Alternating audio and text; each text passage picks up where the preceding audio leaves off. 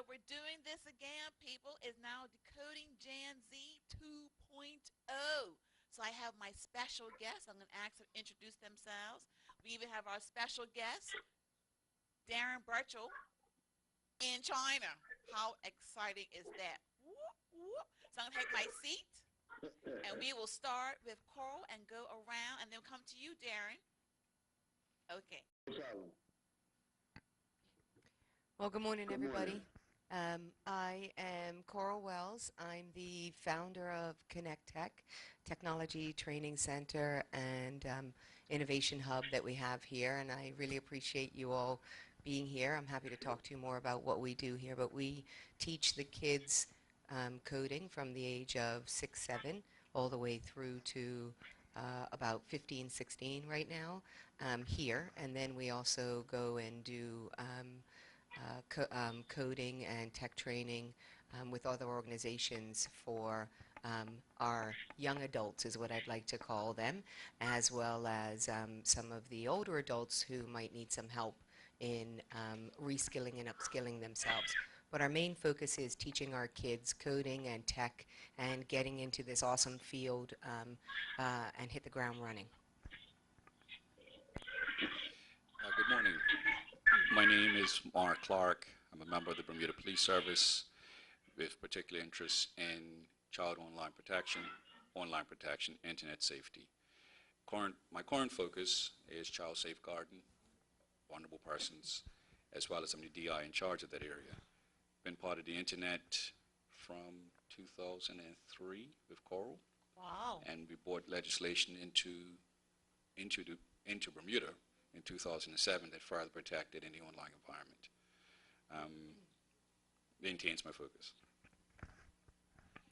Morning, everybody. My name is Philip Trott.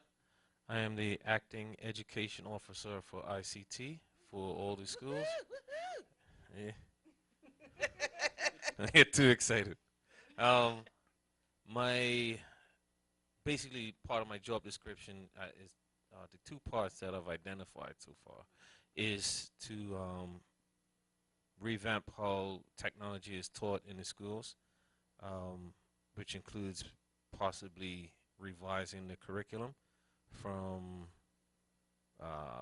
primary to senior school. And the other part is showing teachers how to integrate technology into their lessons across all subjects. Awesome. Oh my God. Awesome. That's going to make awesome. Yeah. This is going to be awesome.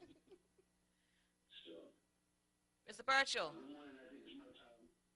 I'm Darren Burchell. I am a computer science teacher at IGCSE and IB level. I teach ICT to primary school kids currently. I'm passionate about embedding ICT and new learning technologies into the learning process to help children with both emotional and social and behavioral issues that prevent them from getting a really good connection to curriculums and education. To make a long story short, I travel around the world to teach people how to use technology. I'm also the owner of and the starting manager of Grateful Learning, which is a business that helps teachers, students, and head teachers around the world to import or embed a very mature use of technology in the learning process. Thank you, Darren. And I hope that's something that I say tonight mixed with what's going to be said with the very prestigious panel. I hope that it will help save at least one child and make at least one teacher's and one parent's life easier. Awesome, awesome. So everyone knows that actually Darren is live streaming from China. So Darren, we are truly blessed to have you join us. And what time is it now in China? It's about almost 9:30 at night. Oh my goodness. And we're at 10:30 a.m. Woo, thank you, Darren. Thank you, Darren. Okay, guys, I'm going to just dive right on in. When we were talking September 1 at the conference, there were some things said, and I want to have your feedback initially on one of them. I had made the comment that said basically our kids, I felt there was a digital divide. and that many of the kids, particularly in the public school, I would say, don't have access to computers or home internet. And I said, but some of them have their smartphones. You guys said, well, Angelina, smartphones are very powerful. I want to pocket that in one corner. My next comment to this is this. In my workshops, I'm finding the students, yes, they're very good with their smartphones, but what I'm finding is if I have a PowerPoint presentation, they're quick to pull out their smartphone, take a picture. I'm like, no, write it down. A lot of my students don't want to write. So my question to you guys, the experts, right? Is this going to be a lost skill in 10 to 15 years where we don't have writers? And my other part to that too is when they do write, I don't know what you want to call this, but it's something they're using their online language. And I'm saying you is still going to be Y-O-U. It's not going to be you. Or an emoji is not going to be able to express a complete sentence, subject, verb, agreement. So I'm concerned. I'm not a teacher. I'm sure most of you, but I'm concerned that Gen Z in 10 or 15 years may not have this skill. I mean, they still have to write when it comes to applying for university, applying for scholarships, applying for a job, a report. So, you know, like, what's happening, people? What's happening? Yeah, what you guys think about that? Okay, so That's what's happening. it's definitely an issue. We see it in, so there's another charity other than my Connect Tech that I manage. It's a charity called the Technology Leadership Forum. And Say that again, Carl. the Technology Leadership Forum. Okay. It's called the TLF Yes, for TLF. short. Yes, yes. And so we focus on college level students, first and second year students and above. In the technology field, we give them, they have to apply, we give them an internship for the summer. And they need to understand, those are the kids that also need to understand, and we see it, that at the age of 19, 21, 25, Yes. that the way that they're applying, and they're not our generation Z. Exactly. And the way The that they're millennials. applying already is, you know, they're hyphenating these words, they're doing people, PPL, they're doing the U Yes, in an essay that they have to write to Right. us. So you're seeing it maybe at the Generation Z or at the middle school Yes, level. yes, and Now, high school, I'm telling you, it's already happening. And I think what we have to do is, first of all, we have to understand that that's the way in which they learn, right? So if Right. they want to take a picture of the PowerPoint, Which I'm fine with that. right, Yeah, I'm fine and with they that. want to take notes. So when you go to any type of student event, and I did it the other day, I took notes on my phone. Yes. Right? Yes. And I saw all the older folks around the room really rolling their eyes and getting irritated.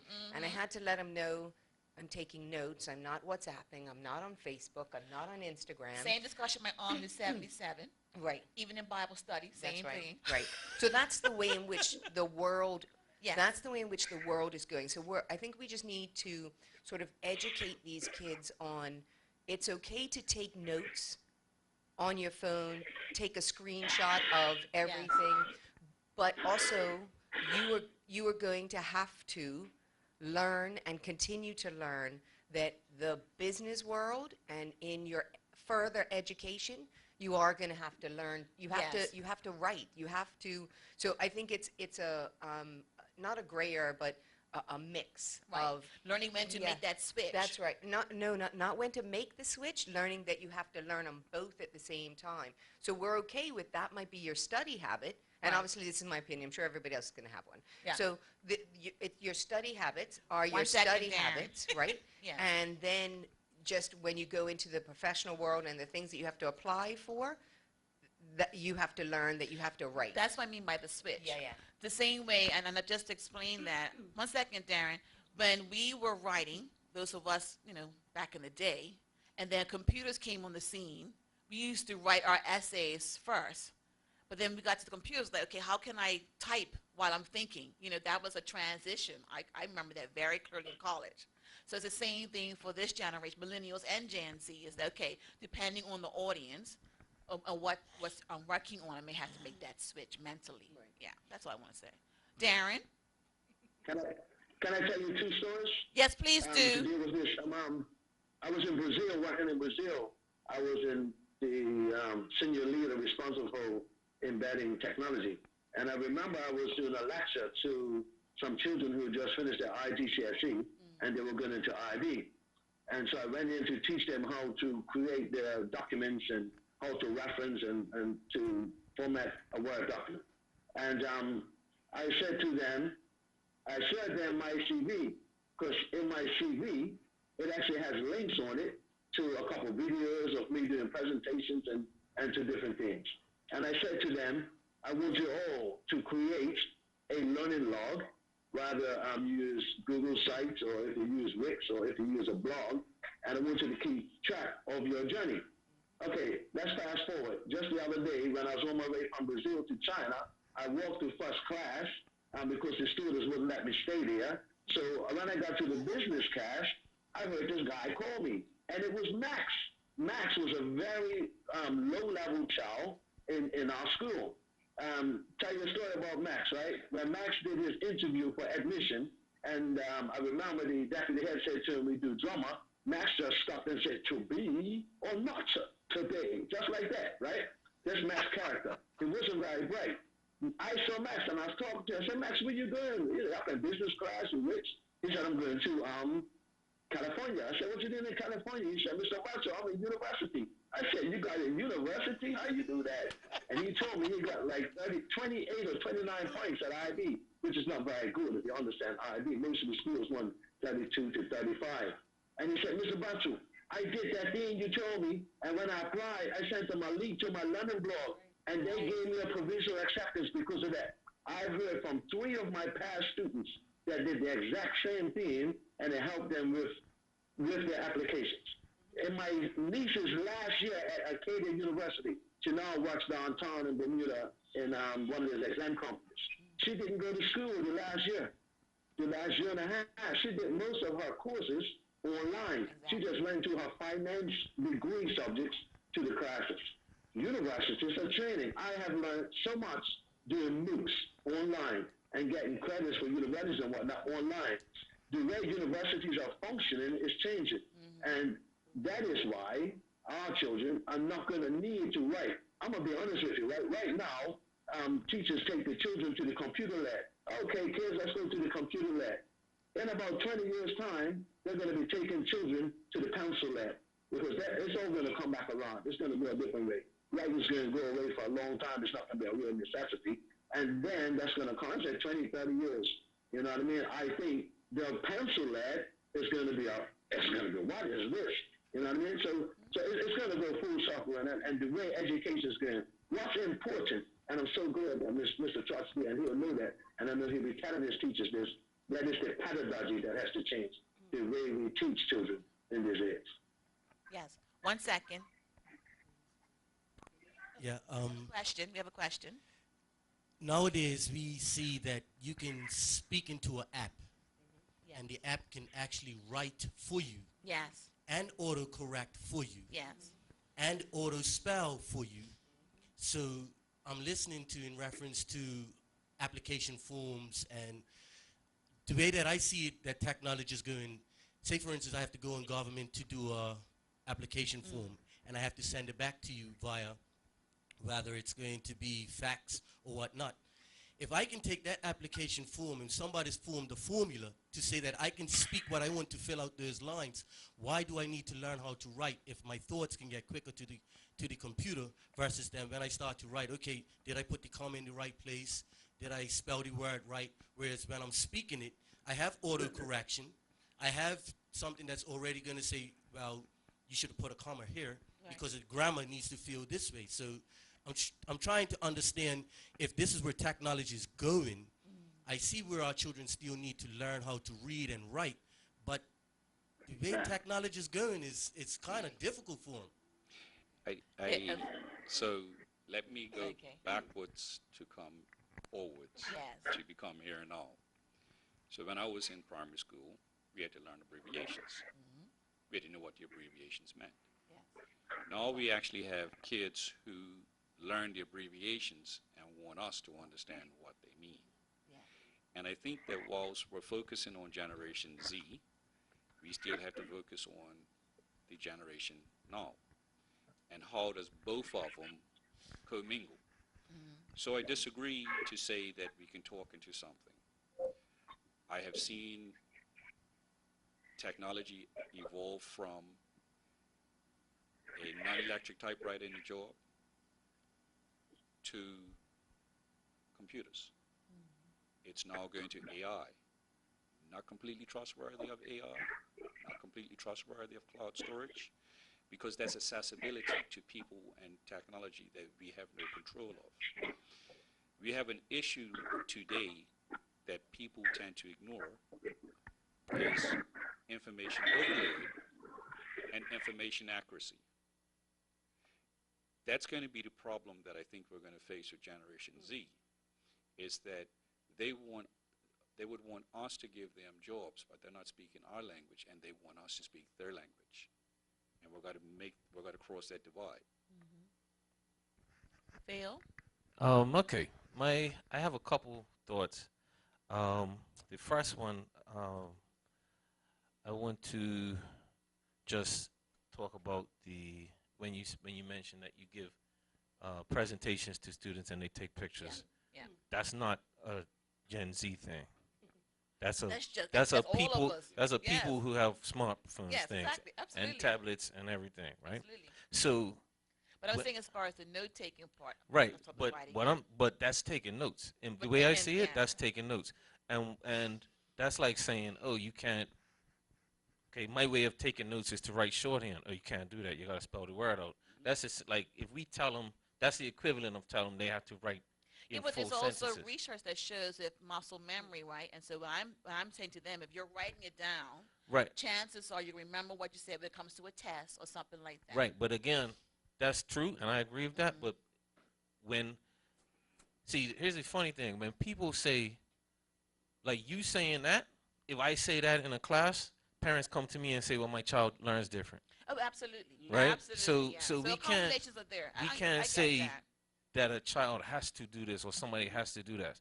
If we want them to learn to write, we have to give them a reason to write. So if you take pictures of my PowerPoint, cool. You need to write a one-page summary of what you learned. Yeah. And it has to be spelled correctly. It has to be grammatically correct. You're getting graded on content. That's what ELA teachers do. Right. All my ELA, English Language Arts teachers, I told them I would never be an ELA teacher because they have to read everything 4 times. They have to go through for content. They have to go through for grammar. They have to go back through for spelling. They read like it's, but that's a reason for a student to write. But Phil, all I'm saying is this. I get what you're saying. Yeah. I'm not disputing that. All I'm saying is that many times the students struggle. I'm seeing students in my workshops. I'm just doing taking study strategies, but it's taking them a very long time, one, to even write a sentence. You know, the bases are not even there yet. So I'm just saying, what's going to happen as they mature? Is that going to be a lost skill? No, we just have to give them opportunity. Students, they'll get better at whatever we give them to practice. So if they're losing the skill, we haven't given them enough chances to practice that skill. So that's one point that I wanted to make. And I however you take notes, that's how you take notes. How do you regurgitate or how do you tell me what you've learned? That's the first thing. The second thing is when we talk about writing, the definition of writing, right? Some people think, oh, it's muscles with your hand. You have to use a pen and paper. Other people say, oh, you need a keyboard to type something. It's got to be words, use your phone. Or I do Or it you're with my writing on phone the or whatever, screen. however.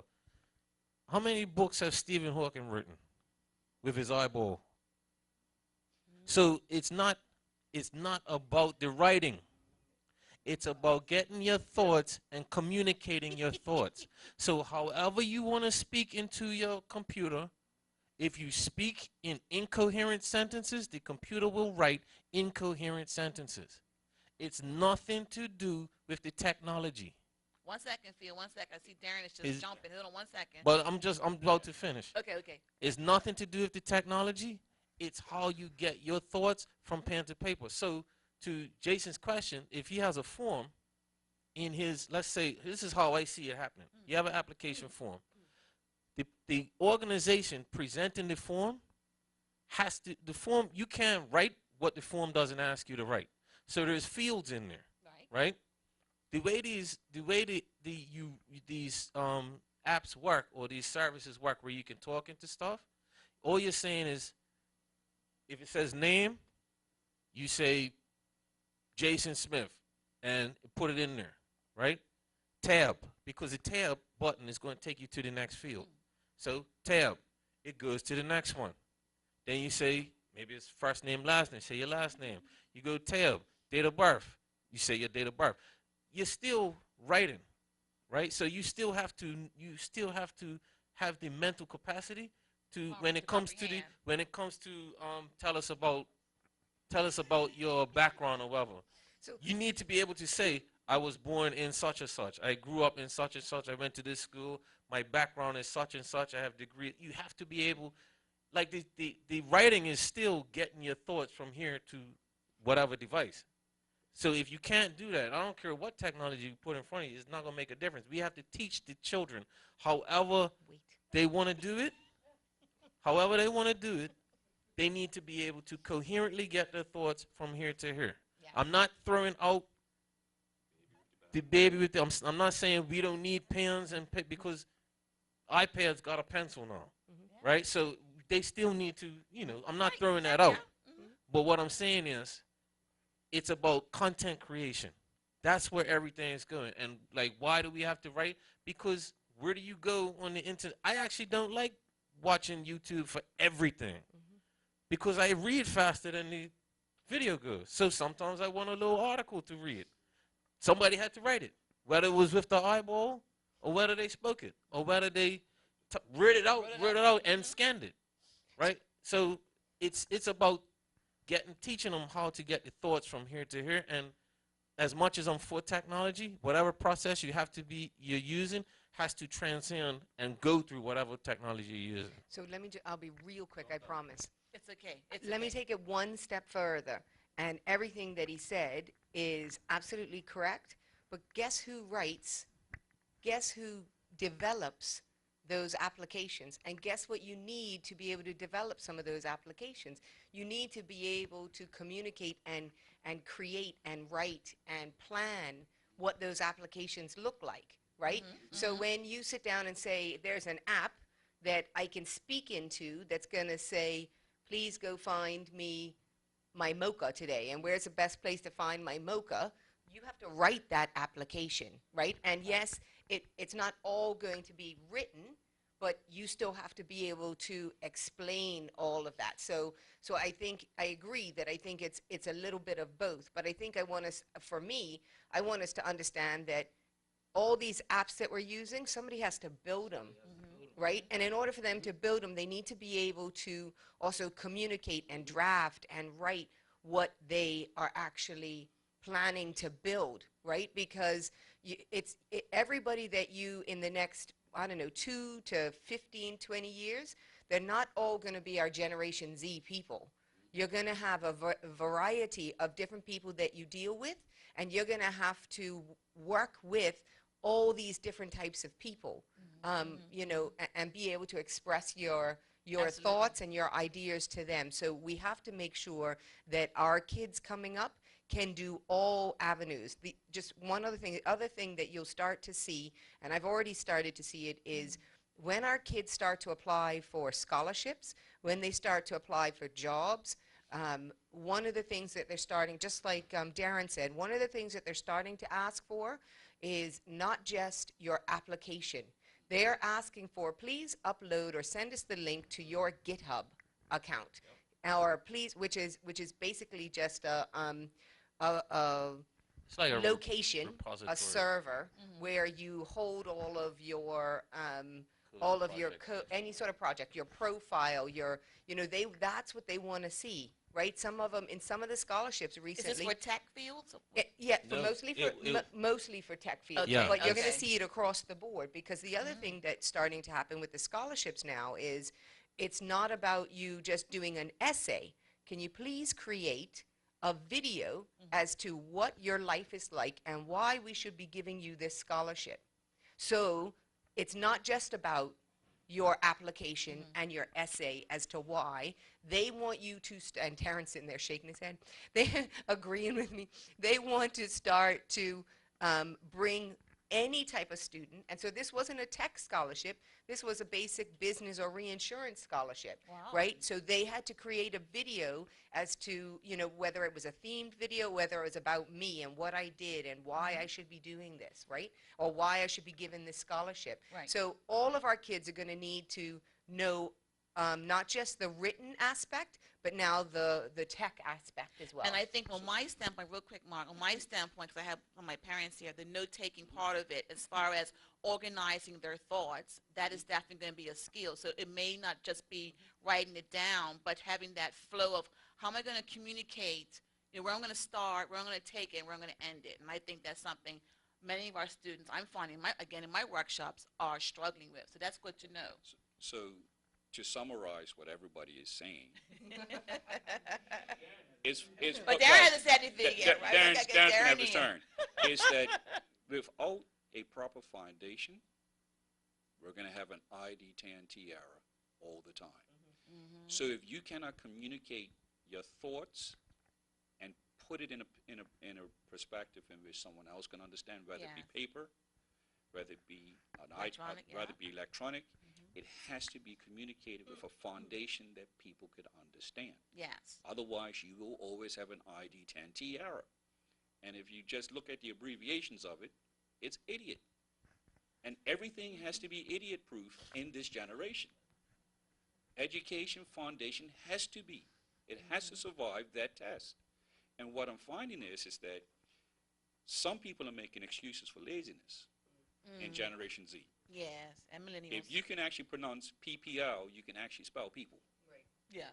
You know, and you must know how to spell it. You must know how to communicate it, because at the end of the day, IT is one sector that will be the foundation for everything. But then you're going to have the users. And the users are not going to be always IT people. They're going to be libraries. Libraries have to have something that is written. It is not the person. What annoys me, I'm a reader. What annoys me is when I read a book and the speaking language is Ebonics. Come on. Come on. Write that everybody could understand. Very nice. Do technology that everybody can understand. Because Generation Z, they're going to have children. But the parents of Generation Z and the grandparents are not going to be in that same category, and they must understand. Thank you. And that's the whole point of having this workshop, so we can have the discussions. Because I have a mixture of attendees. I have the grandparents who are helping to raise their grandchildren because of whatever reason. I have the parents, I have young parents. I have a nice little mix. Come on. Can I tell you a secret? I'm going to tell you something that nobody really knows. Okay. Miss Pervin might know, but I'm dyslexic. And Are you? If it wasn't for technology, I wouldn't be sitting here today. If it wasn't for the technology, I wouldn't have traveled the world teaching children. Absolutely. I can't spell. I'm dyslexic. And sometimes, I'm going to tell you, I'm going to give you an example. When it comes to spelling words with dance at the end, like confidence, I have to think about it. If is it A-N-C-E or if it's E-N-C-E? You know, I'll tell you what happened to me, right, when I was young. And I was learning how to spell. They taught me I before E, except after C. Yes. And then when the spelling test that week, I had to spell efficient. And then I lost no hope. I can spell better in Portuguese.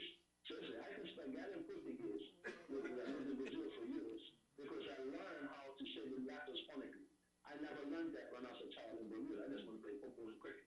And if it wasn't for the technology, I would be a lost soul. And the technology saved me. That's why my life's work is to embed this technology into learning. Because, and I know this is I'm probably going to jump ahead.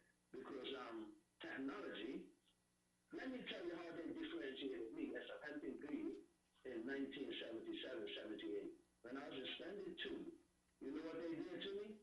They put my desk in a refrigeration box. If you ever bought a fridge, you see the big box? They put a refrigeration box over my desk and cut a door on the back and a hole in the front. Because I couldn't spell and I couldn't access the curriculum, because I couldn't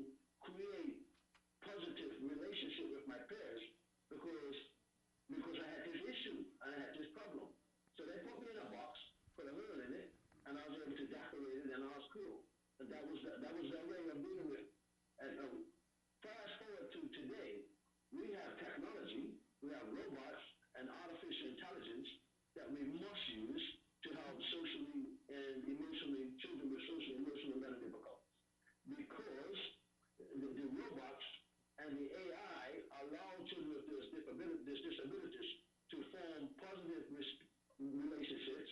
They allow them to set and achieve targets. It allows them to solve problems, and it allows them to regulate their emotions. Because I was reading on a website called Robots for Autism. Anybody in the audience that's working with children like that, Robots for Autism is actually a website. And I was reading about how they did this program in Texas, where the children that were having all these emotional and behavioral issues, like I was having back in school, because I spent more time in Miss Coleman's office and in Gabby Hart's office and in Randy Horton's office than they did, because I had issues, and nobody was looking at my issues. I didn't know about them. You know what I mean?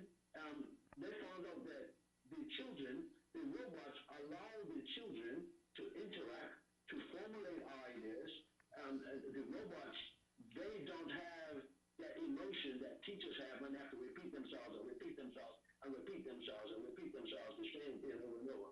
You know what I mean? So the children learn more, they form relationships, and then they are better integrated into the mainstream. You know, I remember I was working in England on a council estate in Grimsby. Boy, Grimsby is grim. And I was working at a crew. Actually, I created a satellite for children that got kicked out of school. I was teaching a child in year 9, 15 years old. He was typing, and he asked me how to spell quick. And I said, Q-U-I-C. He looked at the keyboard, and he did this forever. And he looked at me, and it broke my heart. This child was almost 15. He said, Mr. B, what does the Q look like?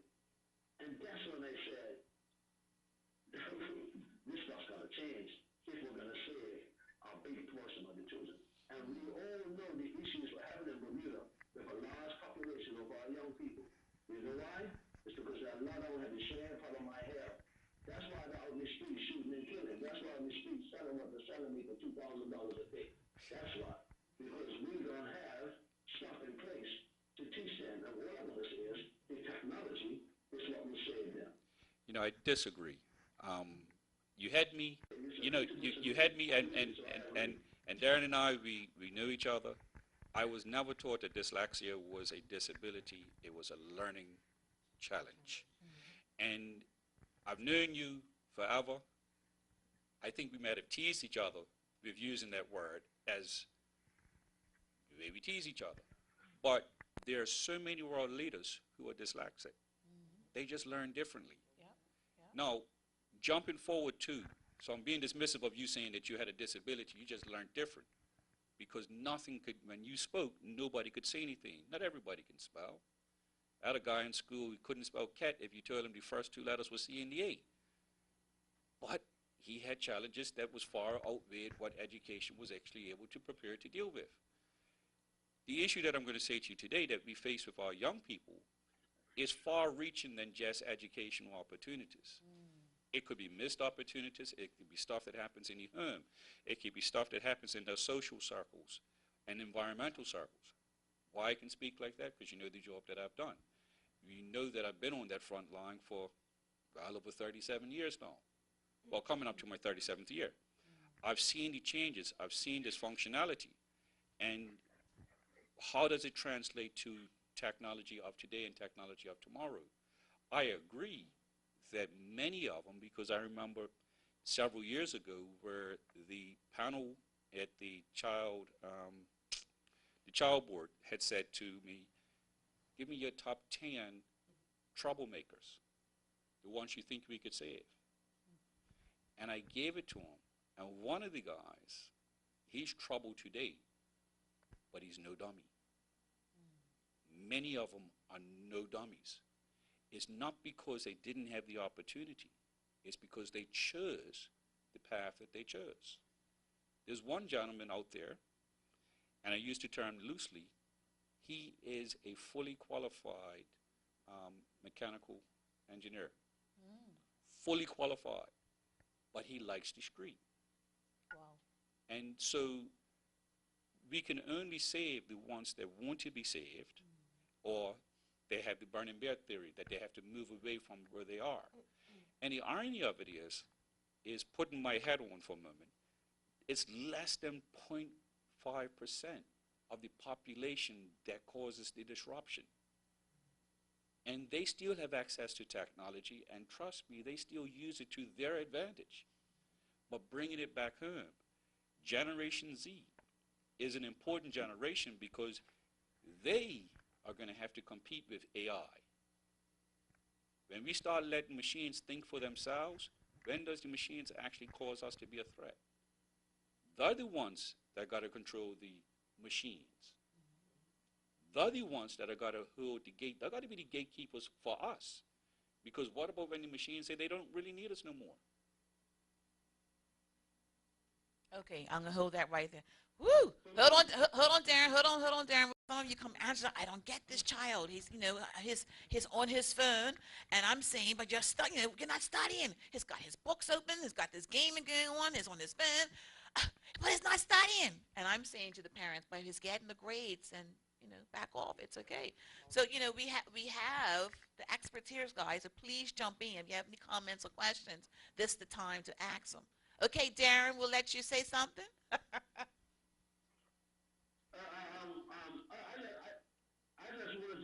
just wanted to back up. I mean, I'm gonna tell you something, right? A lot of people don't know, right? When I used to be at FBM, one of the radio hosts wanted to read their own sports because I used to produce the sports. You know what I mean? And he wrote a long letter to Rick Richardson about why I shouldn't be doing this and blah blah blah. All right? And Rick said, we need this guy here. He knows what he's doing. He's playing this sports. He knows it. So what happened? Sheila Wilson Bow, she started to edit my scripts for that news, for that guy, or for that one person, because I couldn't spell, and it's really difficult. And I know that technology helped me. And if it wasn't for it, I wouldn't be where I am. I'm gonna tell you another thing. About 7 years ago, the Rouse Educating Board for the GCSE exams allowed students to write in text talk. Really? The Rouse, you can look at. I remember I was working in it because I was the head of the department on a council estate where our children were going to read, and I was about to use the Rouse Education Board's exam because it would have helped a significant portion of my children. You see, because if the children aren't learning the way we teach, then we best teach the way the children learn. You understand? That is my philosophy. Yeah, And I agree with right that. now, the children are learning with technology. You understand? I got observed at my new school observation on Thursday. I had a meeting with my head teacher, and she could not believe that how the students were engaged, and they didn't have books. They all have an online book. They're creating their notes online. They have a book online. I use an app called Story Jumper. It's a website. It looks really childish for little kids. And these children are making books. And when they finish each unit, they can close it and start a new one. They can either buy a hard copy of their notes, or they can buy a soft copy, or they can buy a PDF of it. They can add voice into it. They can talk into it. This is the type of learning our children need, want, and desire. You understand? Because the technology is a tool that allows children to become not just consumers, but constructors and creators of new knowledge. Because when I start in front of my year 9 class, and I teach them about logic gates, and I tell them to go and do some research and create some notes, they're actually creating new knowledge.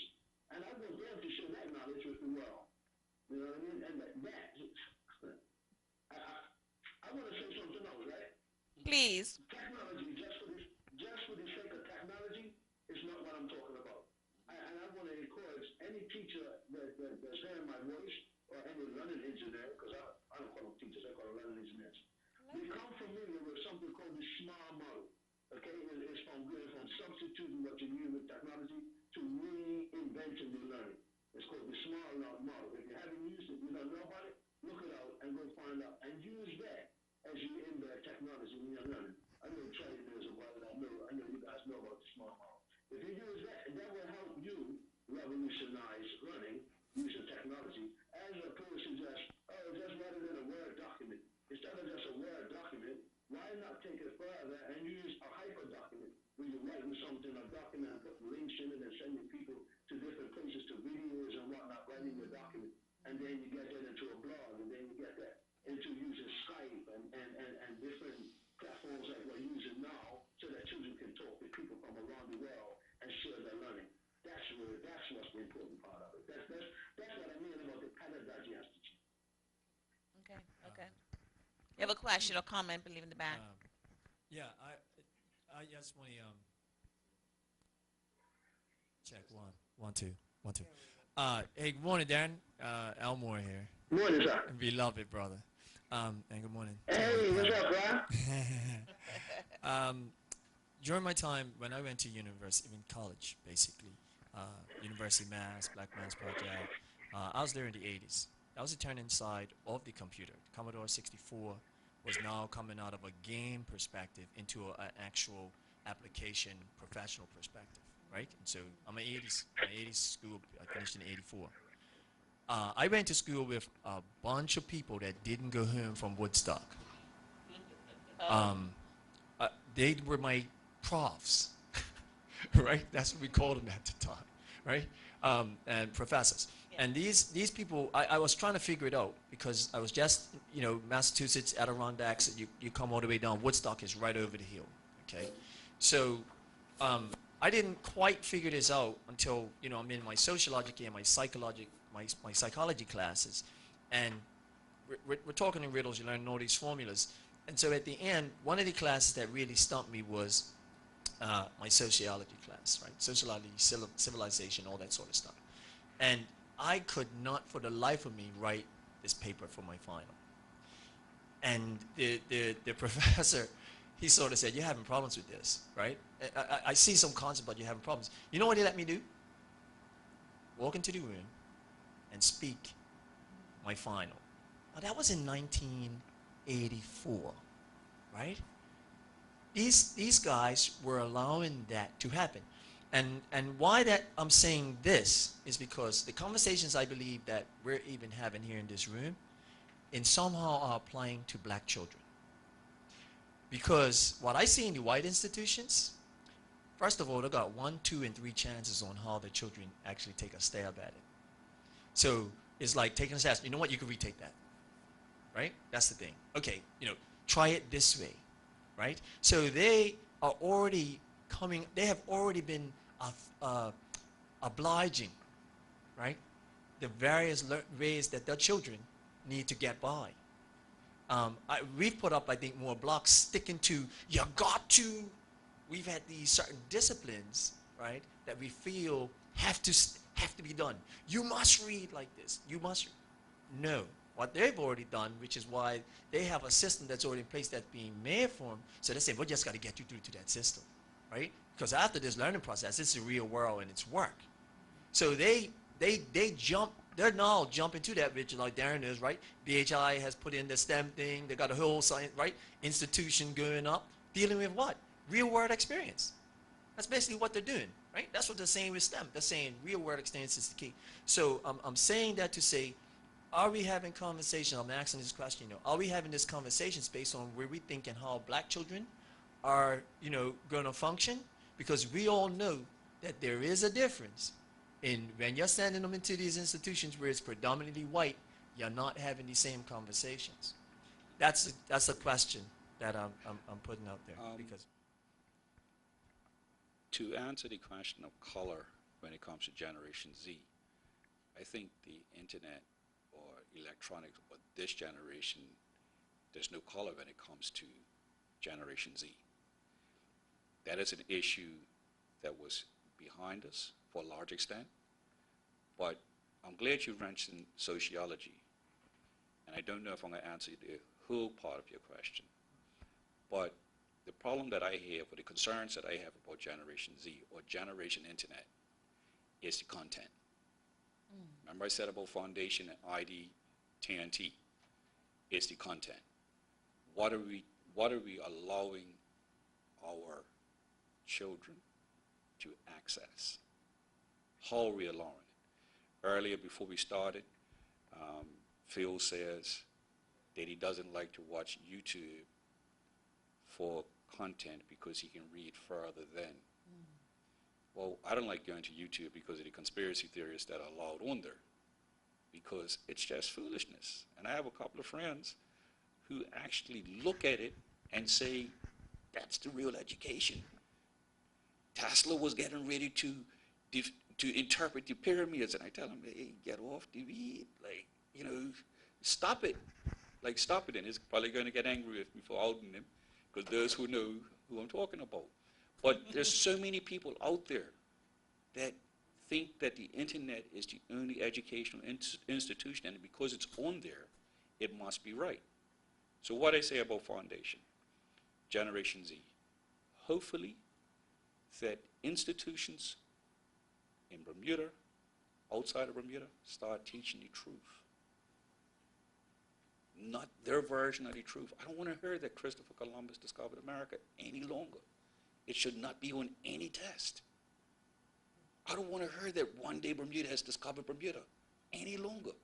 It should not be taught. Those type of lies should not be taught. I don't want to hear one side of history, not for Generation Z, because this is the challenging generation. And we have challenged from the first time that the civil rights movement took effect. We have changed the way people think about us and the way we think about them.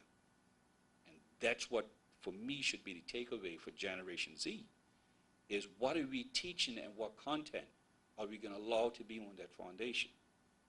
Because many of us, or I can speak from the I, I'm not particularly impressed with the content that they have access to and some of the mischief that we are still teaching us, our children, that we were taught.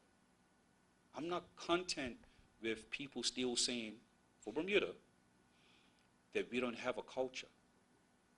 I'm not comfortable with them telling me that a gumbe came from the Caribbean.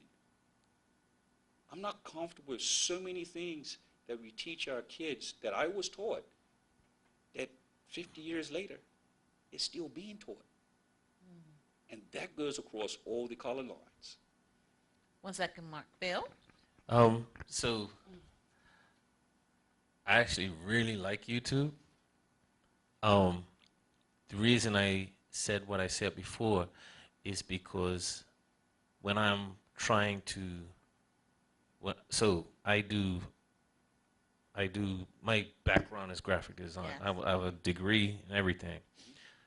When I want to learn a new technique, there's a bunch of videos that will show you how to do something.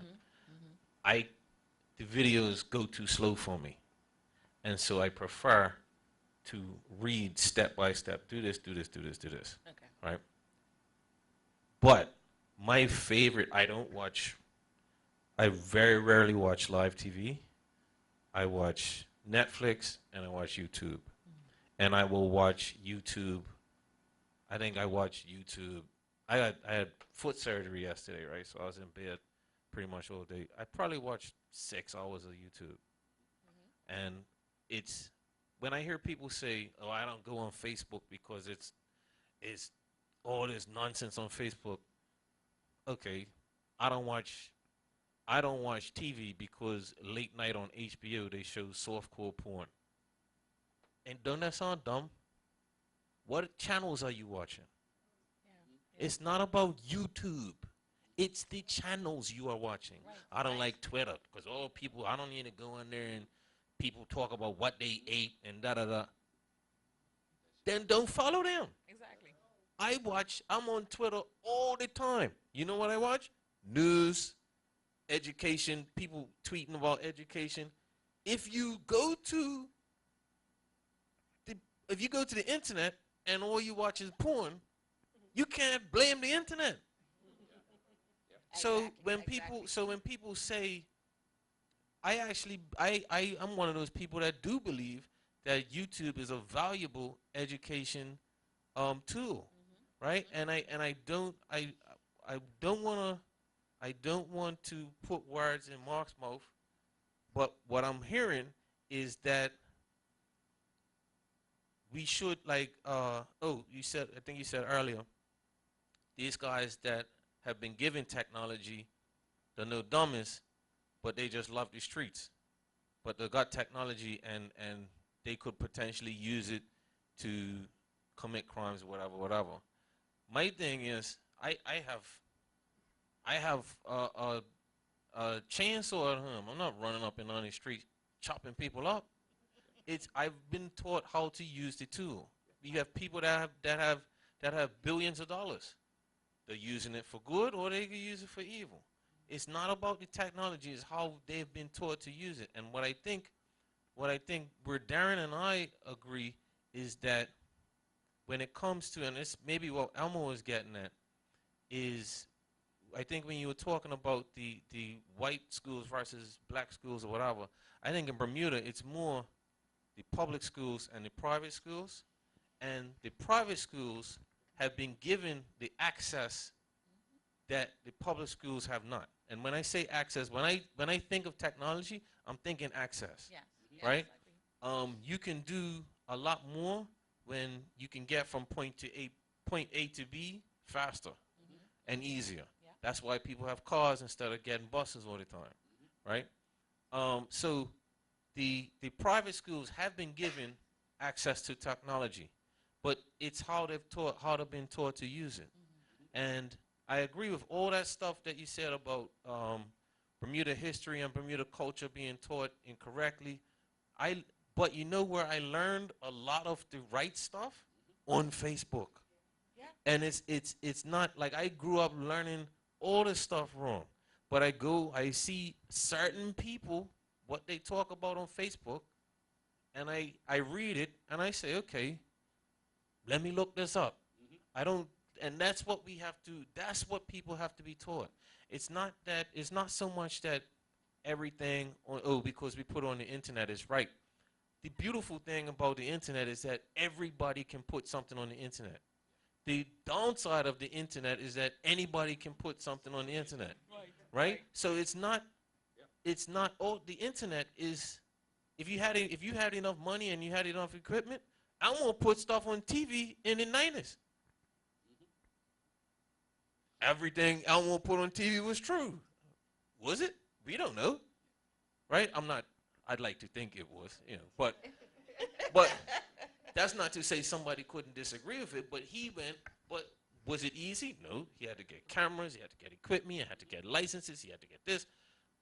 All the internet has done and technology has done, you don't need no license. You got a camera on your phone. Yep. You got this access to data. Take a picture, upload it, right? And so anybody can put anything on the internet.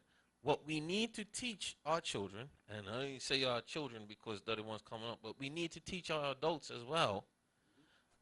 What are you reading? How does that relate to what you already know? And how can you substantiate that? What else out there is there to back that up?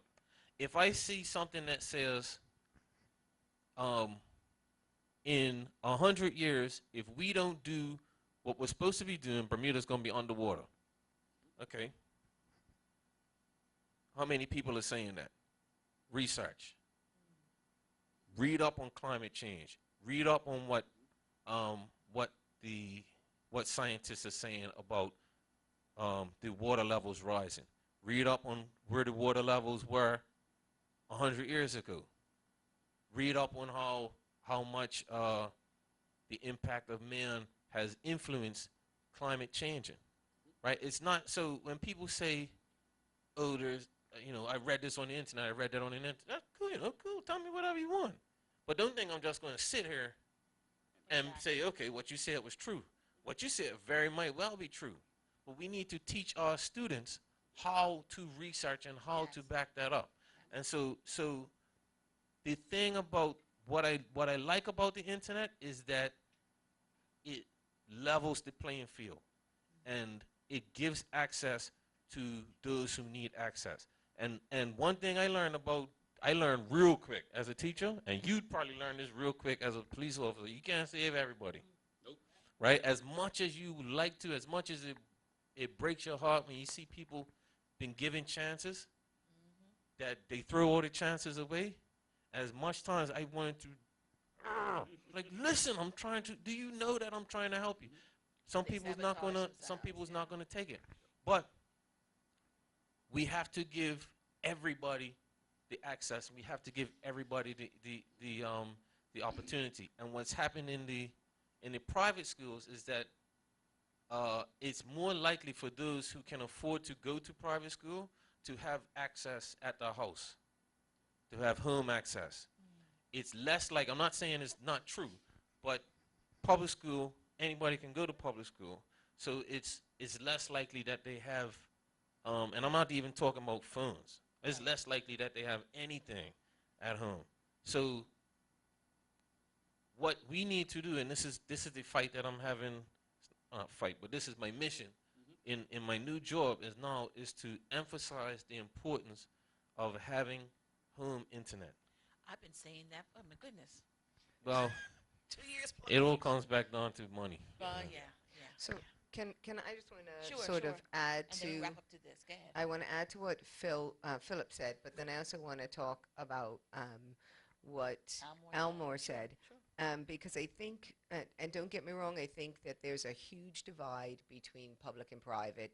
And obviously, when we look at the demographics in public versus private, there's obviously a black-white situation. It will always be like that. I think that's going to be a challenge in Bermuda to, try to bridge that sort of divide and how we can do it. But I think that what we're hopefully starting to see is that the Ministry of Education, along with some of the private sector folks, are trying to get into the public schools and give the public schools what they need from a technology perspective. Okay, I know I'm doing it, so I know that it's happening. Okay, And thank you for that. and we're working to get in as many public schools as we can, primary all the way to high school. However, I think there's a little bit of a misconception, and it goes back to what Phil says, is it's about access. So I can tell you that the schools don't all have access. They don't, and if they have access, it's not the greatest of access. And they might not all have proper computers, right? And so that's where the problem comes in, right? And then also getting our teachers up to speed. We have to get our teachers up to speed. We're in the schools right now, and we're teaching our kids, but we want our teachers to understand what we're teaching. However, let's look at the private school side of it. Now, I know, yes, absolutely, the private schools have access. Yeah. The private schools have, or most of them, let me tell you, or they have access, whether it is the best access that they should have based on how much money you're spending to send your child to that school. I don't necessarily agree, because I can tell you that when you go to the BHSs and the SOLTIS and the work academies of the world, or in Bermuda, they still don't have that 200 meg access. At least all of them don't, right? I can tell you that they're working on it, but they don't all have it. So that's number one. Access isn't always there. Number two, they don't all have, they have computer labs, and they're pretty decent, but that doesn't mean that all, I don't know, let's say 1,000 kids that go to BHS have access to those, or SOLTIS, have access to those computers. At SOLTIS, you have to get a computer when you go into, I don't know, P7 maybe, or maybe it's P9 or whatever. If somebody's at SOLTIS, they can tell me that. But your parents have to then pay for that, which then, yes, there's a divide there of, and I don't want to say that it's black and white in actual fact. I want to say that it is economic, right? That's where I think we need to look at, because you have some families that are white, that are Portuguese, that are, and that are black, that all suffering from the economic divide. So I think that's where we need to go. And then I want to also mention that we have this misconception that in the private schools, they're being taught this technology, and they're not. And I say they're not, and I mean to the fact of when they need to be taught it. So we're only just starting to see in the private schools, because of this new sort of wave of coding and technology that's been coming out over the last 2-3 years, is they're only just starting to implement it into the curriculum. I've had 600 plus kids come through my door since for 2.5 years. 650 plus kids come through my door, and a lot of them, yes, are private school kids. And I can tell you, they don't get it in the schools. Only a few of them get it in the schools, okay, at the age. So they're starting to teach at the private school level in the later years of the middle school. So that's too late. M2, M3, our kids should already be creating apps. You go to Toronto and you have kids that are 15 years old that just created a blockchain app at the age of 15. Right? Our kids should be doing it. Look at the infrastructure that's available on this island. And how many cables we have coming into this island? What's the capacity of internet coming onto this island? I don't know. Somebody could tell me that. Thank you. It's huge. I'll just go with it. It's huge. Right? So tell me why we don't have that huge amount of access to all of our schools, making sure that everybody can be taught in everything that they need. Okay? We should be a technology hub that is teaching our kids to be the next wave and the next generation of tech and internet, even if they don't want to go into tech. But tech is everything and going to be in everything. Tech is going to be everywhere in every job in some way, shape, or form. And if we don't start to teach our kids this, they're going to be left behind in the world. Not just Bermuda. Bermuda is 60,000 people or whatever we are. If we don't start to teach them now, we're going to be this little island of, yeah, maybe something's going to happen there. But imagine if we teach now and where they could go in the future. Sorry, Cal, stop preaching. I'm sorry. I know, I just want to say that because that's what I said. The conference, before we had basically the IB, and there was a divide. To me, the next divide, you're right, Coral, is the digital divide because I see it. I have parents who, yeah, exactly. But to me, it's getting bigger. But I want to stop here, guys. We are going to have a lunch break. We will resume.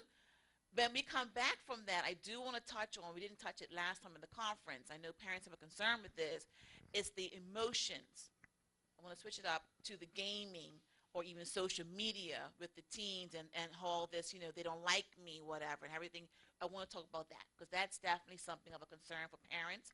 Parents are going to ask these questions. I'm doing it for you, but please ask the questions. Okay, guys, we're going to stop here. Darren, give us 30 minutes and then we'll be back. 30 minutes, don't go sleep. Yeah. All right. I ain't gonna sleep. I'm gonna get some food. I'm gonna get me some chocolate. 2-2. 1-1. Okay, guys, we're now back to our part 2. We have a special guest. I kind of just borrowed him from next door. There is a hackathon happening. And so parents, I'm letting you know, again, I'm trying to expose all of us to what's out there as far as technology locally. So he decided to come in and just explain to us what he's doing at Bermuda College, right, Iman? And also with the Cedar Bridge students. So I've asked him just to come and just give a few minutes about that, and then we'll continue on our discussion for Gen Z, okay? Oh, he can't? Okay. Okay. I get the boot. Because you need a nudge because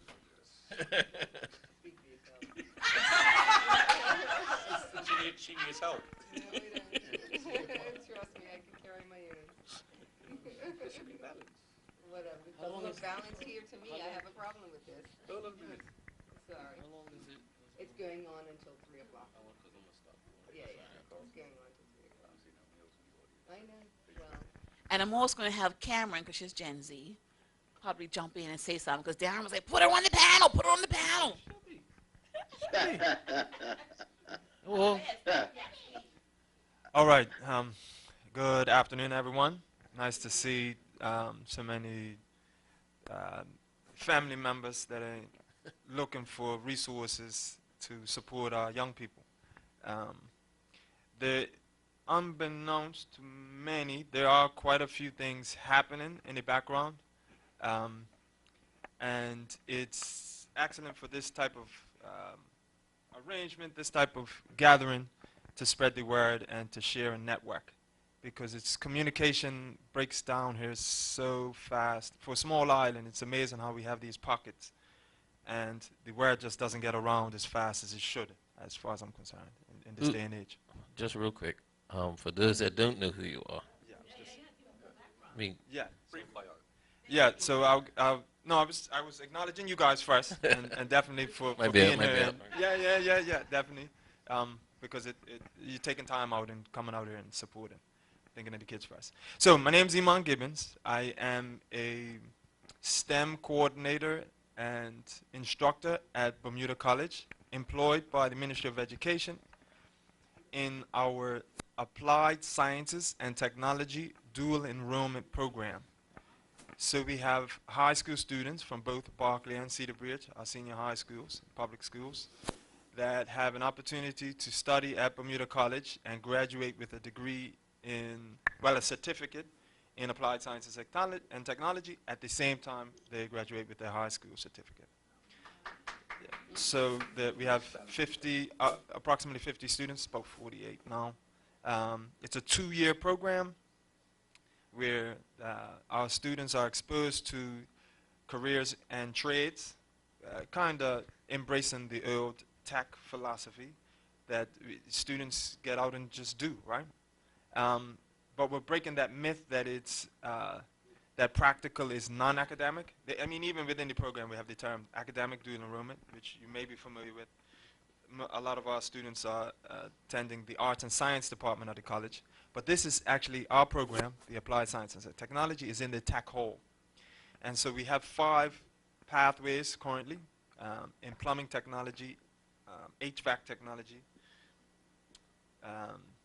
which is air conditioning and ventilation systems. We have motor vehicle technology. We have, yes, traditional trades. Motor vehicle technology, electrical wiring technology, and computer information systems. So you have 5 pathways currently. We have 3 females in the program. So out of the 48 odd students, there's 3 females, all from Berkeley, which has the biggest contribution this current semester.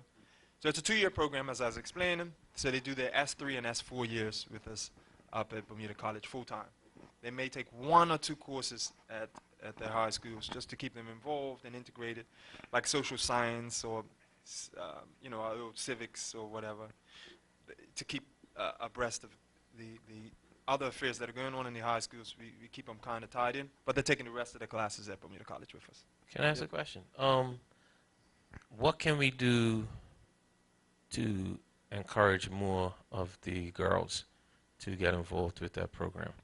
Because one of the passions for me is computer science, and the thing that I try to push the most in computer science is diversity.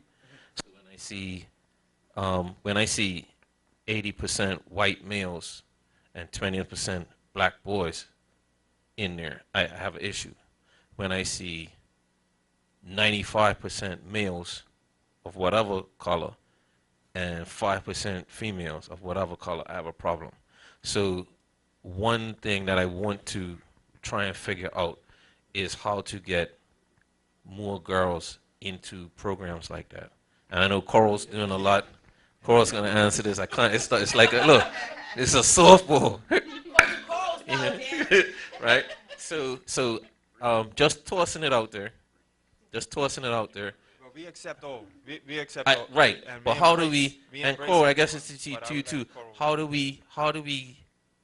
How do we get? Because I feel like part of it is we're not encouraging them, and part of it is they see it as, oh, that's a guy thing. Right. I think it's So a combination. You're exactly right. So, so one of the things that we encourage, right? So one of the things, first of all, IT in general, I've been doing this for 20 plus years, and every time, and sorry to say this, yes, our audience is made up of all ladies, which is amazing and fabulous, and I love it, but sorry to say, you look at the panel that I have right here, this is the norm. I go into a boardroom, and I am one of 2 women around the table.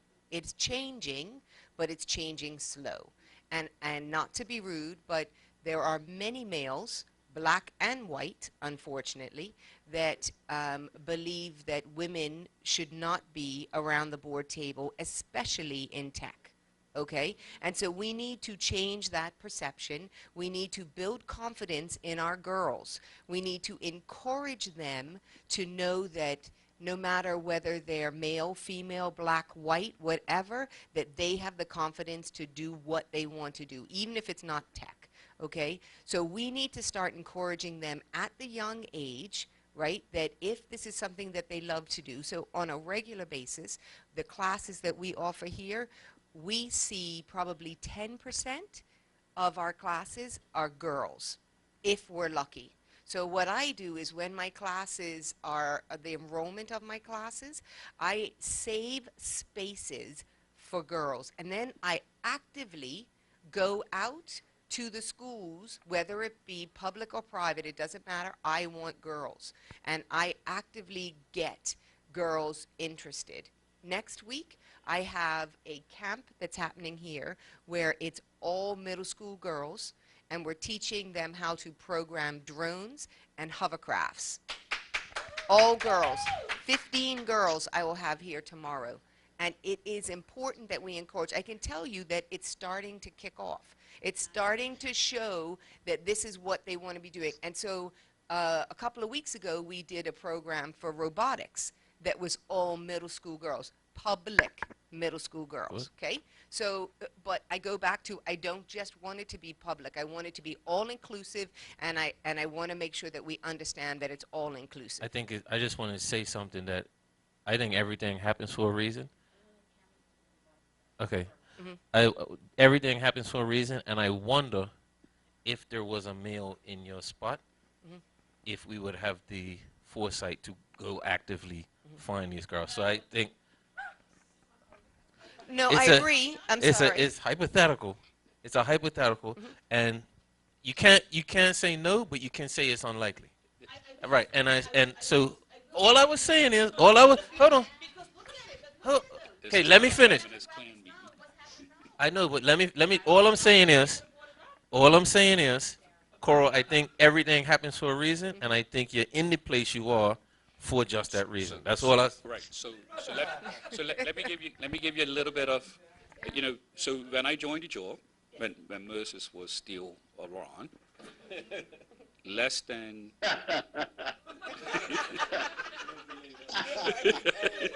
And you know what I'm gonna say, Darren? Yeah. It was, and if I've got it right, for the amount of police that was in the job in 1981, it was 275, and 11 women were allowed to be on the job at one time. Allowed? Allowed. Why? Don't know, I was a cadet. Fast forward to the 21st century, 2018, and the ratio is actually right round about 50%. Fast forward, in England, they project that the majority of the police will be female. Now, look at the AG's chambers, look at the DPP's chambers. You actually can count on one hand how many males in the DPP's chamber. Look at the courts. Look at teaching. The demographic has completely shifted. But it's teachers. No, But teachers. Now, university students, they're saying that it's more females in universities than there are males. That demographic is shifting, has shifted, and will continue. Tech. And Well, no, we're talking about tech. Tech is going. Yeah, Tech is so coming. it is. Tech is coming, but I it's can coming tell slowly. you it is. It's coming slow because there's still a mindset that it is a male-dominant field. There's still a mindset, and I also think I go back to the confidence building of women being able to, and our young girls feeling confident in the knowledge that we are teaching them and that they are learning, because I go back to what Philip said about it's important that if they're going to learn on YouTube and on the internet, that they pick the proper things that they're looking at and they research and they learn on their own. We can't teach them everything. We have kids that are coming up today that are learning on their own, and they're learning some really awesome stuff. And they're going to outlearn and outteach and outbuild many of us, and we should not hold them back. One of our biggest philosophies is letting them learn on their own. Our kids that are all here, the only class that we really structure, where is our first two classes are beginners 1 and beginners 2 coding. We keep it structured, but after that we want our kids to learn at their own pace, at their own skill level, because it's important that those that really want to go and really want to advance, nobody holds them back, that they go, go, go, and all we want to do is provide them with the information that they need. And before Darren, Before you, Mark, hold on a second. I really wanted Cameron to speak about the robotics side as a young female, but also as a young girl of color, Bermudian, and she's been on. She'll talk about it, but she's been on different activities. I want her to speak to that. I say, can you stand by Mr. Trump? Good afternoon, everyone. Afternoon, Cameron. So my name is Cameron Young, the daughter of Angela Young. So you know I gotta be outspoken. So I have been in robotics since last summer. That was when I really started getting into it.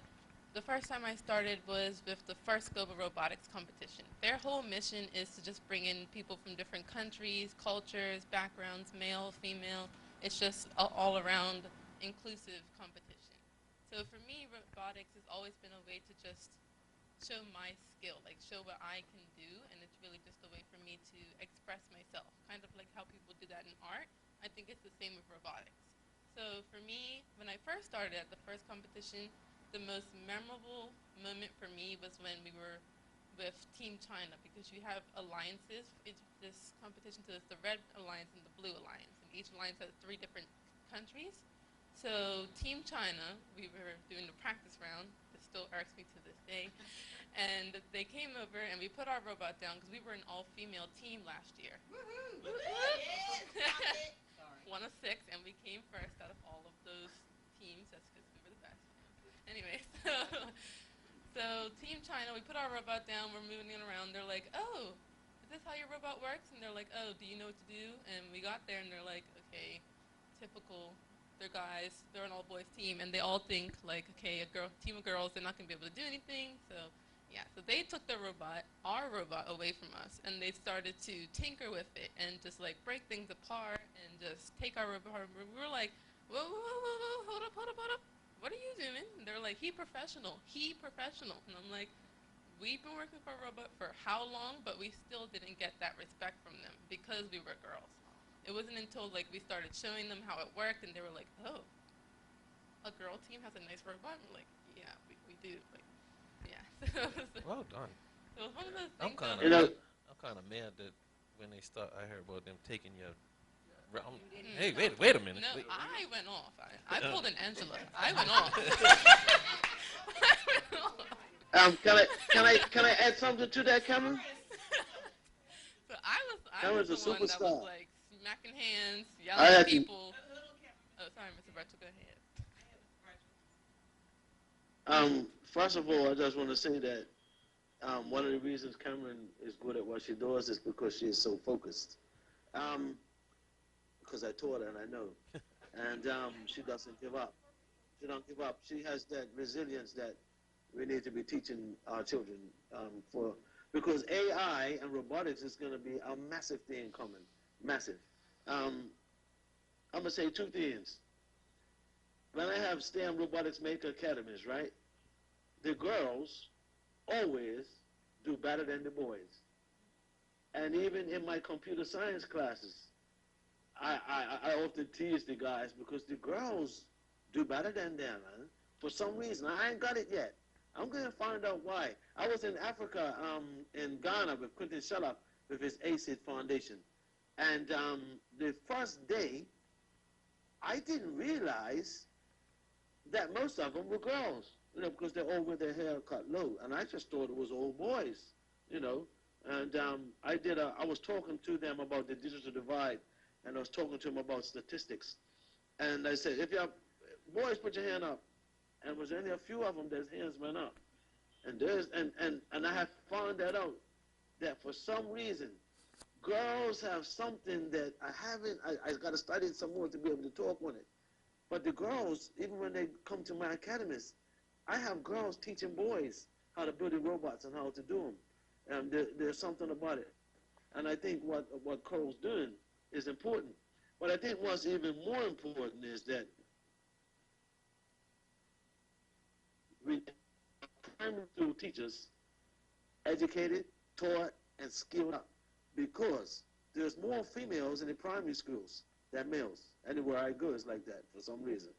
And when young girls see their female teachers efficient and skilled at technology, that embeds something in their minds young, that there's a woman that does this and I can do this, as opposed to just being a man. You know what I mean? And I just wanted to add that, to say that I like girls, and I know when girls come to my academy, I'm so happy because I just let them go, just go. The boys are always, sir, sir, sir, sir. Initially, the girls are withdrawn. Initially, they're withdrawn until they start doing it and get reassured and know it. Before you know it, I got girls going around the academy teaching boys and teaching other girls. They get it quicker. There's something about it. I just wanted to add that into it. This is a long battle that we're going to have. It will happen. Eventually, more women will be in the field, and it's not going to happen overnight, but it's going to happen. He did. Okay, so that was my competition last year. So when I got back from that, my friend Yulia and I, we came back to BHS and we were like, that was awesome. We're making a robotics club, so we made one based off of First Global. We didn't get as many girls as we expected to, but also that's just reflected in the field as well. Like, not as many girls are interested in it, which is really sad. So since then, we went to one just this August, actually, in Mexico City. So the first one was in Washington, D.C. And Mexico City was great because I do Spanish. I was able to talk with the different teams in Spanish, which always impresses them, always makes me laugh, because they're like, oh, black girl, she don't speak Spanish, it's okay. So they talk about you in Spanish, and then you're like, and they're like, yo hablo español, and they're like, huh? Oh my gosh. And I'm like, yeah, you didn't know I knew what you were talking about. And I'm able to talk with them about like my robot, just explaining it to them, like talking to them about like what our robot does versus theirs, and they're like, okay, a person that speaks Spanish. I'm like, yeah, I know. Okay. But yeah, just being a girl in robotics is really important to me, because whenever I come back, I'm able to show other girls what I've done, and they always seem like, oh, cool, like there's another girl out there that does it. So it's always great to be the one that can show them what I've done. Oh yeah, so I actually still talk to some people. This is what I'm talking about. I actually still talk to a lot of the people from this year's competition. I didn't really have much social media last year, but this year I still talk to people from Belgium, from, what was it called? El Salvador, Ireland, Cuba, Madagascar, just different people that I still keep in contact with, because it's those connections that I believe I'm gonna like use as I get older. Like, I still talk to them about my club, and I'm like, guys, I don't know what I'm doing with this robot, like, you need to help me. And they're like, usually the girls come back faster because guys are just annoying. So they'll come back and they're like, well, why didn't you try this? I'm like, oh yeah, that makes sense, why don't I do that? And it's like just having that interaction with other girls that are around the world, or just other people in general doing robotics. Yes. Yes, definitely. So it goes back again to foundation. You know, my 8-year-old, I'm not used to having stuff in my mouth. My 8-year-old is in school in Jamaica. And so we bring her up last weekend because I was overseas, and she had a project to do. And they were talking about Jamaican heroes. And she said her favorite hero is Nani, which is the black lady who actually was a fierce warrior. No one talks about our warrior in school. No one talks about the worst defeat the Italians were ever given in Ethiopia was by a woman general. So we're not really teaching equality. And so they think that, or they may think, that their voice is only to be heard amongst themselves. In Generation Z, that's going to change. I mean, how many people knew, and many of us in this room saw the black and white when the rocket was launched to the moon, but we never knew who were the true power behind the success of the launch as well as the landing. Women. Doesn't have to be a color involved. Women. And so they are the next leaders. America almost had its first female president. They definitely had a first black president. I never thought I was going to see it. But they almost had their first female president. England has had 3 or 2? 3. 2. You know, Germany, they're coming. The Caribbean, Bermuda had their first woman premier. It's now on their second. Third. And so the Caribbean, Jamaica, they have it. You know, leadership should not be defined by gender. It should be designed by intellect. And that's going to be the power of Generation Z. But also, I was just going to say, I think one of the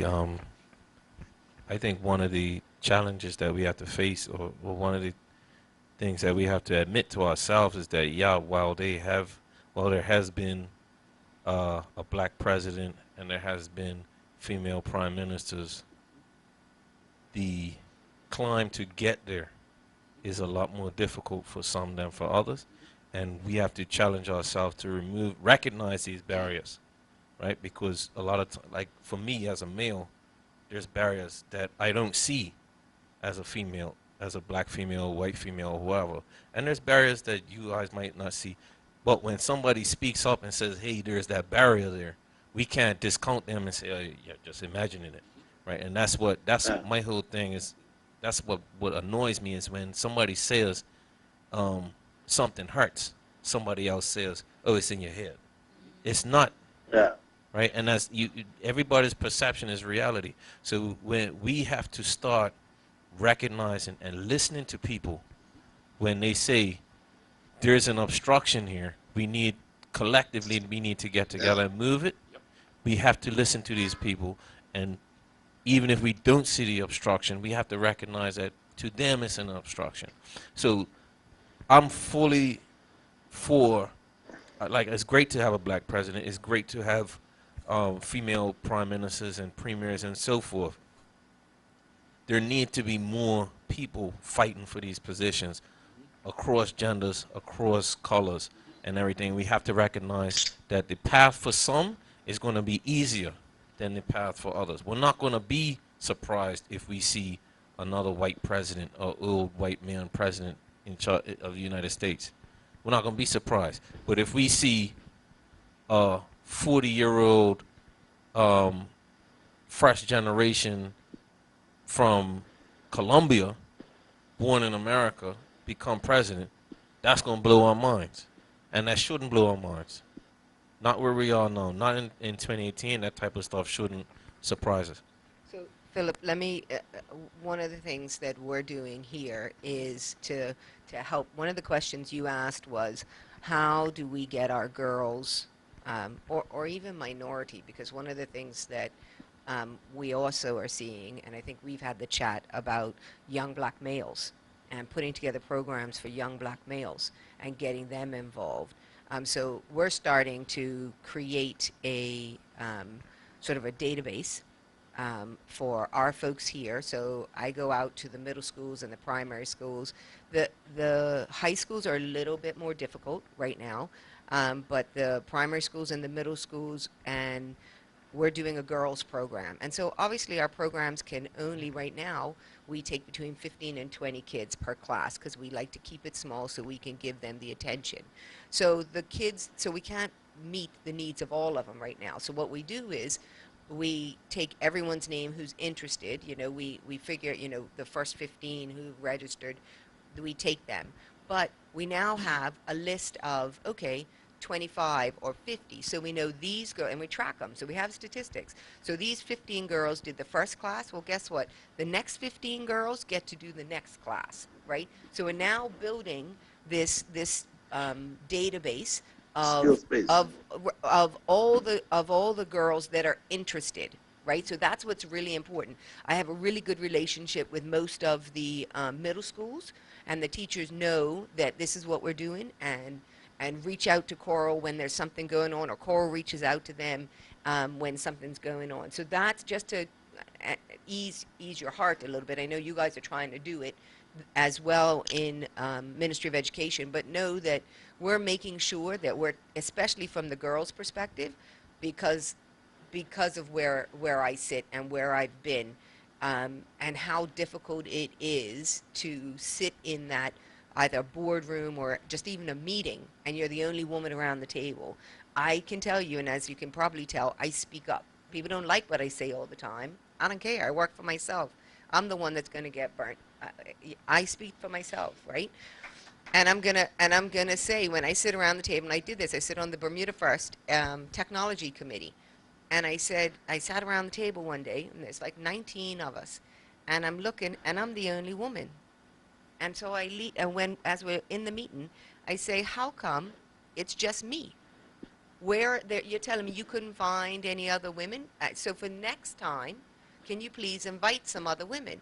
Now I have to say, I don't want it to be, and I'm not trying to offend anybody, but I don't want it to always be white women around the table too, okay? It can't be. It has to be diverse. It has to be diverse, okay? And in case you're wondering, I don't actually consider myself white. I'm a very mixed breed of a family. So I just want to let you know.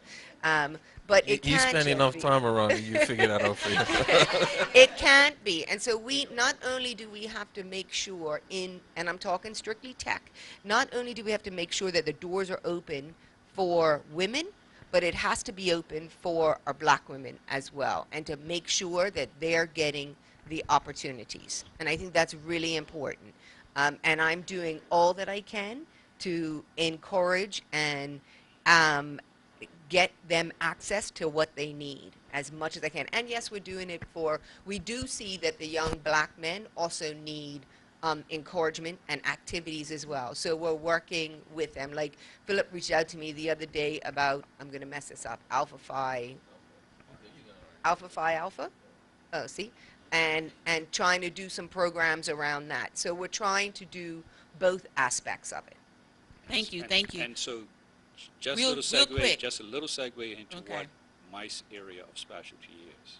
The challenge for Generation X, Generation Z, would be to actually deal with the 5%ers. I could say 10%ers, but the 5%ers.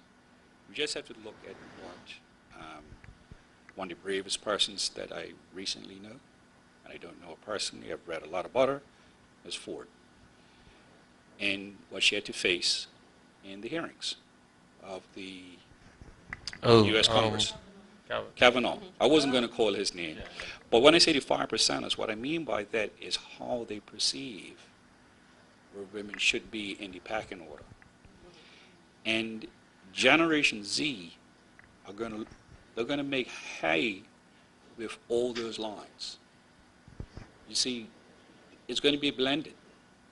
But those 5%ers are going to be the obstacle.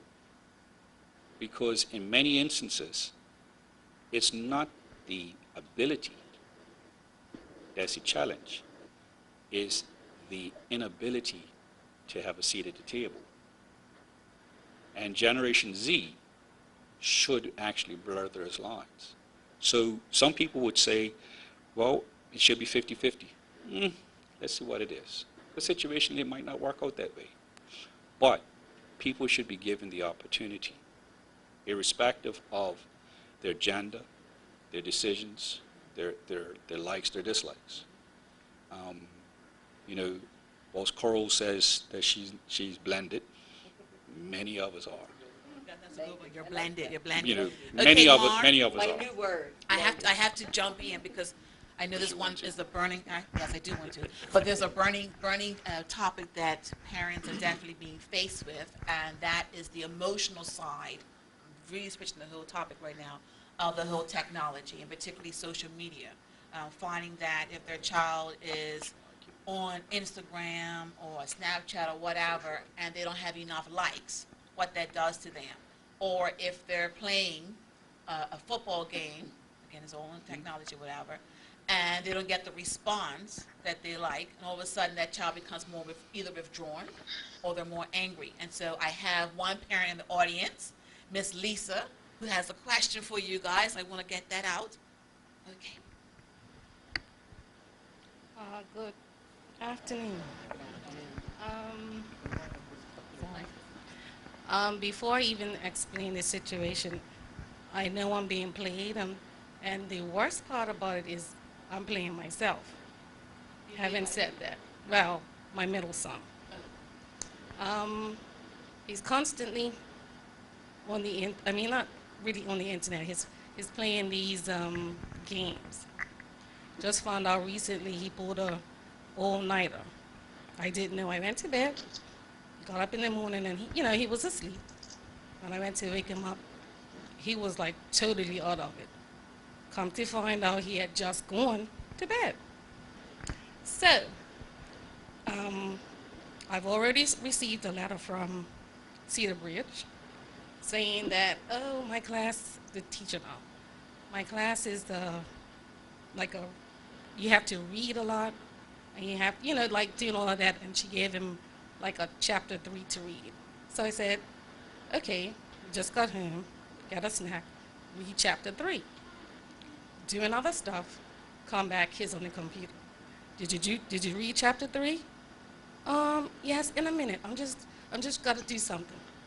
I said 5 minutes. Read chapter 3. Of course, I have a life. I have other children. Come back, chapter 3. I said, no, turn off. I mean, to me, I sort of see it as, unfortunately, it's required of him to read chapter 3 in order to do what he has to do for school. He doesn't like it, he can be there for hours reading chapter 3, and it's not computing. You ask him questions like, what does this mean? Well, I don't know. And then he starts to withdraw, tears come. I feel bad. So it's like I'm in a like a just a revolving circle, a cycle as to how do I assist him. Okay. Take a little stab at this. Two things I definitely I'm going to address yours and pull it back around circle. So you've seen this young lady peeking her head in the doorway there, right? That's my daughter. She's 7, going 47. Yeah, I don't know if you guys have met this next generation. We talk about Generation Z. I'm started the alphabet all over again and going through that. Yeah. She and I'm not. She's not unique in and of herself, but maybe a result of the factors around us. It has provoked this leadership, this confidence that she would stand up in front of anybody and address anybody at any time. And so what I'm kind of saying is we need to observe a bit more of the capabilities of our children and not think that we have to overcompensate. Given the opportunity, she would run Bermuda, the island. She already runs her classroom and pretty much in the school. So I think we need to be a little cautious in how we approach that. We can baby and stifle them if and not give them the space to grow and demonstrate to demonstrate their capabilities. So that's the first one. Second one, in addressing our young people and the use of technology and gaming. I like to put it in a frame of reference that this is all technology. You realize this paper cup is technology, right? It involves different materials that got like wax on here to keep it from water from seeping through. The idea is that we have tons of different technology that surrounds us all the time. And the newer technology that we're looking at, the computer-based and microchips and whatnot, they function at a different frequency per se. And when I put that in frame of reference, that our young people are used to having media fed to them at a high frequency, literally. Literally, and if we can get that idea of frequency. It's changing constantly. There's images, there's colors, there's sounds, there's and they get immersed in these environments. And then we take them out and say, oh, this is what I did, is read a bland old textbook, which is, it's technology. It's technology. It's words on paper. At one point, we didn't have words on papers. And that led to a leap in our understanding, and people were able to share knowledge. But from my perspective, that day should be put aside. Our libraries should be full of media that the children are going to absorb. Not from our perspective and say, oh, put down the computer and pick up the textbook. So I think it needs to be a bit of a give and take in terms of the parents, and I love this whole occasion so we can discuss and encourage each other and support each other through the problems we're going through. I have my issues with my children, and staying on top of them and keeping them the key is staying ahead of them and have activities for them when they say, you know, you can see in them, if you're observing, she's tired of this one. I need to be having, or she's going to cause problems, so I'm going to come back and everything's going to be cut up and whatnot. My daughter's a crafter and a maker, and she's just going to do it, permission or not. So that's the two things. I don't know if I addressed it directly, but that our teachers need to appreciate this, the frequency at what our children operate, how fast their minds run, how fast they need to change topics and concepts and modes and modalities. We can't just take our perspective and say, now you do it, sit down and do this. So I just offer that. Sorry. I'm going to let Mark talk, but real quick, just to, one of the things I think you should look at, it might not work, but how about try that chapter? There's an app that you can get that will read it to him, right? So let him, and it might not work because he might not still understand it, but everybody learns in a different way. So what I think you need to, and yes, his technology and that game, Fortnite probably, is one of the ones that is distracting him from doing his work. So obviously you have to put some boundaries on him, but from the learning perspective, it might be that his attention span, because it's just reading, is not really there. So if you give him an app that will actually read if you give him and this is just my recommendation, I'm sure Darren's going to have one in a minute, is if you give him an app that will actually read it for him, and he has to listen, that maybe that will help him. I'm not saying that it will, but I think you have to explore options to see what works for him, because everybody learns differently. Yeah, so sorry, I'm sorry to interrupt you, Mark. Okay. I will. That's it. No, Okay, I just want to say, I just wanted to ask one or two things. First of all, how old was he? I missed it. I want to talk specifically to 14, to the she said. parents. 14. But does he have a laptop, or is he just playing his games on his phone? Does he have a laptop? You see, it's his access to his gaming that's keeping him up all night in his room. If it is, it needs to come out, first of all, because he hasn't found the balance. Until he learns the balance, then it can probably go back. Good. If it's on his phone, then you need to disconnect the internet from his phone so that he can have good rest. The next thing, what I'm going to say is, he's probably been given a textbook, right, that he is not understanding. There's not enough pictures on the page for him. You know what I mean? So he's probably not getting it. That's why it's not engaging him. So what I would say to you would be, try to do this. Try to find an online platform. Try something like Story Jumper, for instance. Free is online. And get him to look at the pictures that he sees and type them online. He can use them on his phone or whatnot, so that he is interacting with the content in technology, because what we've got to do is try to move the content that he needs to learn that he's not getting by reading in a book. It's not engaging him. It's not helping him. You can't force children to read. That's why I do not like when we try to force children to read.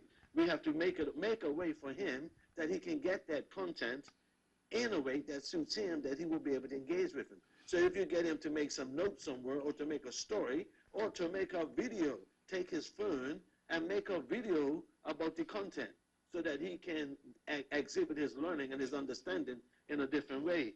You know what I mean? That may be a way to engage him. If he's loving the games, find some game-based learning apps. There are some really good game-based learning apps, whereas the kids can be playing a game, right? But it's with the content that they're supposed to learn. You know what I mean? Those type of things, like the brother there said, the frequency and the way children learn, the way they take on stuff. Sometimes I walk around my class, right? I've got this app in my class now. It's something like Land School, where I can see every computer, what every child's doing. And I find it really magnificent that the children now, the Gen Zs, they can have 4 or 5 or 6 screens open and tabs open and be working and multitasking and moving around and getting stuff done. And when I walk around, they're only the one that's up. So what I started doing is, when like the other day, I found a kid that's playing a shooting game, all right? So I put the game up. I said, what you doing? He said, sir, I made this game here. I made this game here. I said, well, you can play it. I made everybody else play it. There's another app, typing. I'm teaching year 6 how to type. You know what I mean? They're learning better than just reading in a book. Well, I'll put the 2 fingers on the T and the J and move them up and down. And they're playing a typing game. It's a car racing game. The words are coming down. The quicker they type, the quicker their car goes. And having competition. So they're interacting with the technology and getting the content what they need. So what I'm thinking is that is something that you may want to try to engage him with the content he does have to learn. Okay. I think where I came, I think where I cave in is that he tells me, oh, Mama, you're stifling my growth. I want to do this for a living one day, and you're everything I do, you're taking me away from this, So I'm like, oh, I feel bad because, you want him to get a job, you want him to make money, but, I don't want to stifle his growth. I'm heard some pink and fluffy, and I'm heard some good stuff. But really, there's a couple of questions that I would have to ask. Where is he academically? He's doing pretty well. Right. So, where is he? Can he read? Does he have a reading disability? Well, they have flagged him now.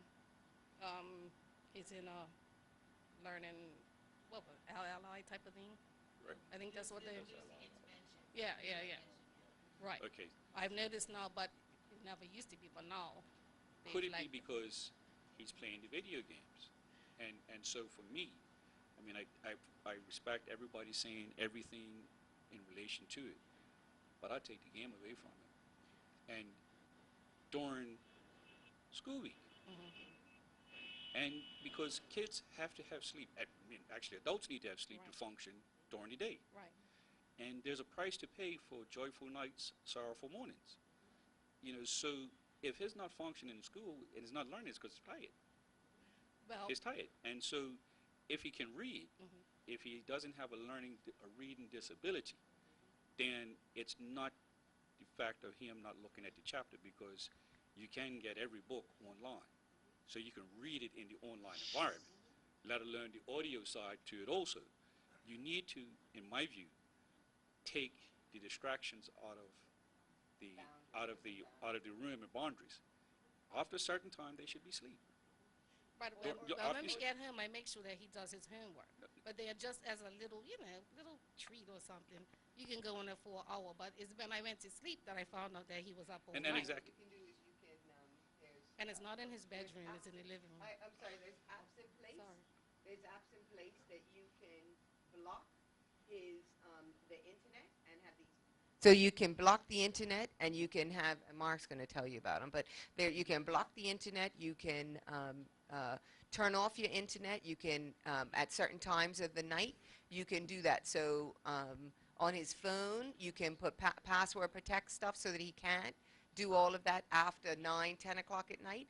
And until he starts to understand that there are boundaries, he doesn't get it back, right? I know it's hard, but, and he's going to get pissed at you, don't get me wrong, but you know what? At the end of the day, you use that as the reward for him, because our kids are addicted to the technology, and we need to, and don't get me wrong, it's nice to be addicted to the technology when you're using it for the right reasons and you're using it right.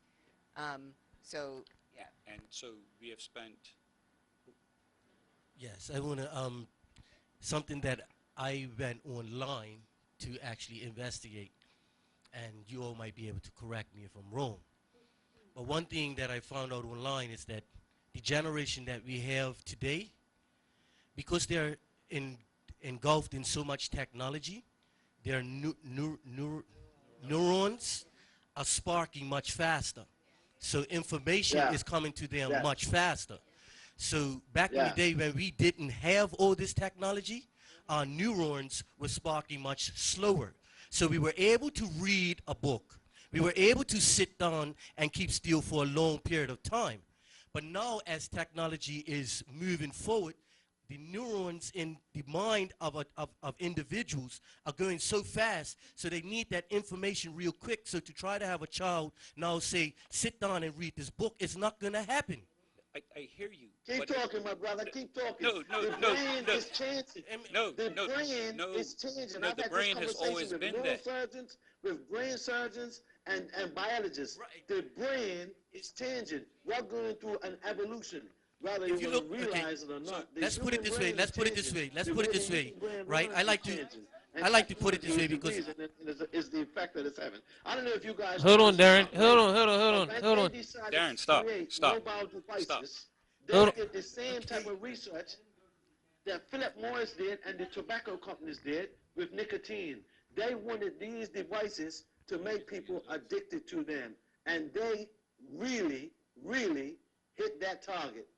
Now what we got to do is teach people, balance it off, and teach young people to go from entertainment to education. And once we reach that, we'll reach the pinnacle. because if you Understand? look at it, if This you is look, by design.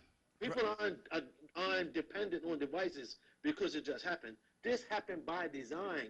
They did research and development. A lot of lab mice were killed trying to get this stuff done. You understand? right? So what we need to do is change the pedagogy. I'm going to go back to that again. Change the way the teachers are teaching so that the children learn to take this stuff and put it into contact. right. The brain is changing. It's Whether a- people know it or not, and I've talked to several people about it. I was talking to a Brazilian neurosurgeon who does brain surgery, and he agreed. But I don't have the data. I got to go do the research. I ain't got the time. I might have, you know what I mean? But the brain's definitely changing. How the children learn today is different. That's why I keep saying to my teachers when I train them, if they're not learning the way they're teaching, then you need to learn to teach the way they learn. That's when it's going to work. And if you look at it, right, this is another thing. Even in your age bracket, Mr. Clark, even in your age bracket, when you were growing up, and it's all about changing now. When you were growing up, your parents probably taught you how to boil some water and put a colander on top of it to steam up your food. Nowadays, do you teach your child how to boil water and put it on a colander, or you tell that child go to the microwave? Okay, so slow down, roll back. The one thing that's a takeaway from this is that I know technology. I don't necessarily trust it all. I was raised old school, but I appreciate technology. So I'm saying to you, I was starting to slow you down as far as neurons and learning changes. I think that the Generation Z, in many ways, their intelligence is actually being dumbed down because they don't really know research. Now, when I say research, what do I mean by that? We was talking about the original question was a child staying up all night. 14-year-old. Are they a child or a young adult in training? The point is that pretty soon they're going to be making decisions as far as what they're going to be as an adult. You know, what are they going to be? If you don't want to read, you better learn someone. You better figure out another way to learn. Just like how with Darren, he says that he was dyslexic, undiagnosed, but once he was diagnosed, look where he is today. Not diagnosed as a child and as an adult. Okay. Not like All right. All right. diagnosed. I Okay. said papers if you Okay. want. All right. So I think you got a little bit of ADD too, but but the point is that the point that I'm trying to say I'll take the is that test for you. yeah, exactly. The point that I'm trying to say is that we have always been thirsty for knowledge. That is the lesson of mankind. We are in an evolutional free fall because of the amount that's coming at us all the time. My 8-year-old, where you keep on hearing me reference, the stuff that she says and does, she's learning Mandarin. Not French, not Spanish, Mandarin. but Spanish also. Ni hao ma. Core subject matters, not extracurricular, core subject matters, Monday to Friday. Hasn't even hit Bermuda yet. My 8-year-old in 2016, when she woke up and found that the president was not Hillary Clinton, but was Donald Trump, broke down in tears and was able to eloquently explain how the world was going to change. Now, I don't think I'm a dummy, but I don't remember having that type of informational awareness at the age of 6. Don't remember that, you know. And I'm saying to you is that that's the evolution that we are going through. But the challenge for Generation Z is how to actually navigate that minefield. Because we've talked about all the positive things about the internet, but the negative things about the internet is like an iceberg. What you see above the surface has got nothing to do below the surface. What you see above the surface is less than 10% of the iceberg. It's 90% of the iceberg is underneath the surface, the dark web. And they've also got to navigate that. So when it comes to the child that's up at night, you're not the only child, you're not the only parent that has a child up at night. You're not the only parent who has a child that's going on the internet unbeknownst to them. Is what the internet accesses the child that we have to be careful of. Because we have more evil out there than good. I'm not a big fan of AI. I know the positive aspects of AI, but I'm not a big fan of it. I don't have an iCloud. I don't have a cloud. I don't like Alexa at all. At all. You know, I have a Kindle. And the thing is that I do it for a reason, because there's more to life than just looking at electronics. You know, you have kids who have a low emotional IQ, very low social IQ, very low emotional IQ because of technology, and we have to balance it. I just have a quick question, But I guess or an app or something that could help parents to control or manage the children or other people that were on their network at home. I know that One Communication has just launched something, and it's made it kind of user-friendly to see who's on your Wi-Fi at home and to manage who is on there and how long, and you know, you can turn it off or on. But does the panel have any suggestions or ideas for other people who may not be One Communication, might be something else, where they can also better manage their So here's how I found out about, here's how I do all types of stuff like this. Say, take everything, no, give it back to Mike. Say everything, what do you want to know? Say it in one quick sentence. How do I manage a child or anybody else in your household's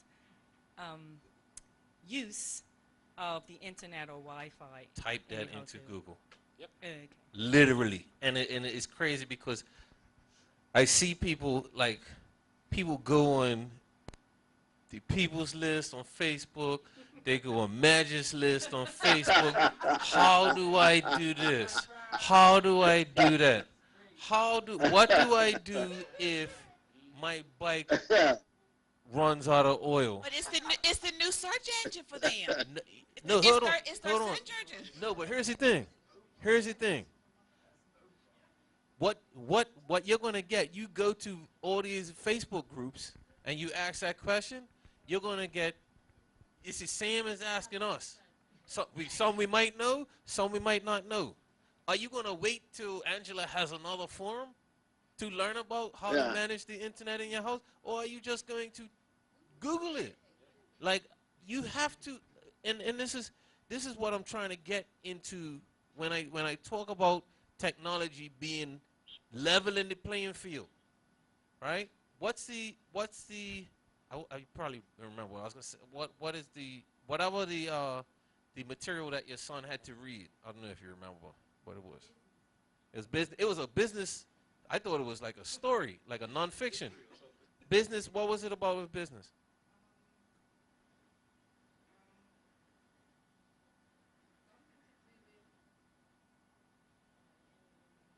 Okay.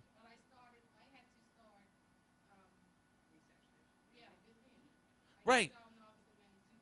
And that's how he's going to learn that. That's how he's going to learn that. Because I'm not a parent, so when parents come to me with parent questions, I sit back. That's why I didn't jump, try to answer. But Darren said what I was thinking. Like, don't let him go in the room, or whatever he does has to be out. Take whatever the entertainment is, put it in the central area. Right, it's in the living room, so you can be in the living room. You can manage the other children from the living room, and you can sit down and have the one-on-one with him, right? And my thing is, I sort of disagree with the whole read, like the students don't have to read type of thing, because I think we still have to, like, if he wants to be a computer programmer, like part of learning computer science is documentation, so that the next person that comes after you doesn't have to learn anything all over again. You have to read that stuff. I sit in bed and I have very few books in my house. I read articles all on my phone. I'm sitting there reading, and I read a lot more than I probably think I do. So I don't think I think we have to be careful when we say it's not about reading. It's about reading. It's about us giving these students these outdated textbooks, maybe, right? Where the textbook, by the time it's printed, is It's out of date. at the earliest is a year old, right? Yeah. And it was printed for 2018, and now we got 2019 children coming in, so that's 2 years old, right? So Yeah. we have to Yeah. we have to condition our students to find research online, like they were saying. It's all about research. It's all about finding the information for yourself. And that's also what I go back to with the whole Google search. Like, the technology levels the playing field. It so levels the playing field. Nobody can come to me and say that they know more than me when I have the internet in my pocket. I have the whole repository of man's knowledge from from the Renaissance, before the Renaissance, is on this thing if I need it. So the same way you say, you come to us and you say, how do I manage my my child's usage of the internet in my house? You literally type that into Google, and you're gonna get a whole bunch of results. It's your job to research those results. Oh, this is trash. I don't understand this. This looks like something I might be interested in. You take that one, you research that one, right? For me, as a real quick thing, because this is something that I've been trying to figure out. I don't even have children, but the Google Wi-Fi is something you can set up in your house. It's very easy to set up, and it's an app on your phone that you can control and limit the access to all of these devices. This stuff, it's not, and I just like the technology. I'm not the smartest guy when it comes to figuring out how everything works. I'm just interested in it. But we have to stop thinking that the answer isn't as close as a click on our phone. It's there. We just have to, and don't go on Facebook, don't go to Magic's list, because you're gonna get people on there spouting that they think they know. Like, you can go on there and talk to the people that have done the research. Don't talk to the people that think they know what the best thing is today. Talk to the people that's done the type it in. Google will tell you. I hate to make it sound like Google's the hook. The answer's there. If you don't like Google, go to Bing, go to something else. But search the internet. It's so easy to find these answers. Yes, my question is on the same topic. Tell us what's a smart router. I have a 13-year-old. He has his tablet, his phone, and his laptop. I did allow him to have an Instagram account, and then I found out he had 4 more, plus Snapchat, and some of the stuff that he was posting and pictures, I just wasn't happy. So I actually was able to figure out his password and shut everything down. And I took the apps actually off his phone and his tablet. I have been doing some research, but because of my work environment, and by the time I knock off, get home, I don't have much takes time time, to do a yep. lot of research. And I researched like apps, certain apps, but I just want to know if you don't have a preference or if you don't can recommend an app where I can either install on all his devices where, because he is into school. He's not a troubled child. He doesn't play the games or anything. I don't have any of that, but he likes to research science because he does when he be adult. He does a lot of research on, but I just want to be able to monitor, okay, I saw him go on this website No, you this, want, this time. I can saw I, can I him say something? I'm gonna for this, go. for I'm this gonna Can go I, time. can I first, Darren. answer that? I Just want so to that go I real can, quick. monitor because he is home this week. Right. He does go on to do apps and stuff for academic wise, but I still want to see, okay, he's on his phone. What is he doing? Like, no, just to monitor. There are I don't know the name of it, but when I had my science class, I allowed my students to use the phones in the classroom for education. Like here's what we're doing. One of my students, her mother works for one of the cell phone companies, and she was away in business, or she was away on business or something.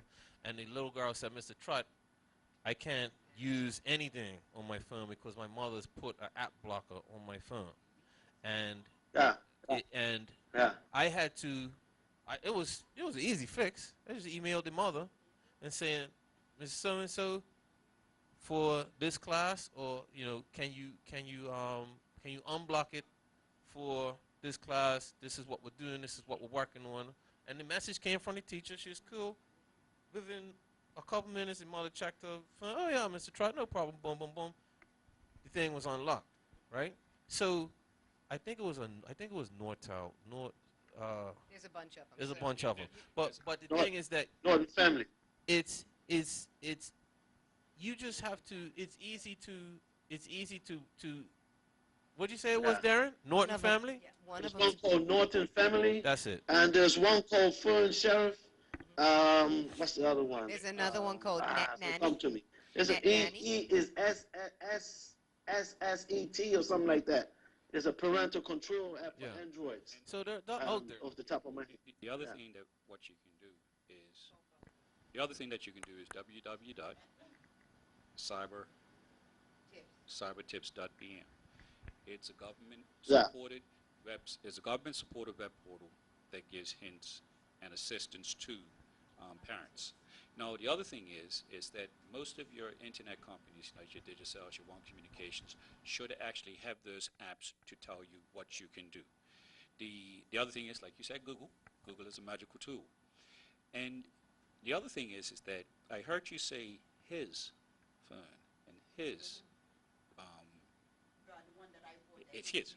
Oh, so it's yours. So there you go. You, So hold on, I'm gonna so the other add. thing is that there's a history part of it. So you can go into your computer, your laptop, your thingamabob, and you go to history. You go into history. I see you. You go into history, and you see where they're going. And you can also get it that it can actually show you on your phone when they go there where they want to go. You can actually join the cloud. I do know that. So if you put something up there, it comes on your phone, and you can play referee real quickly. Let me just add something to just real quick to the whole thing of what Mark just said about his phone versus your phone. Mark and I created this.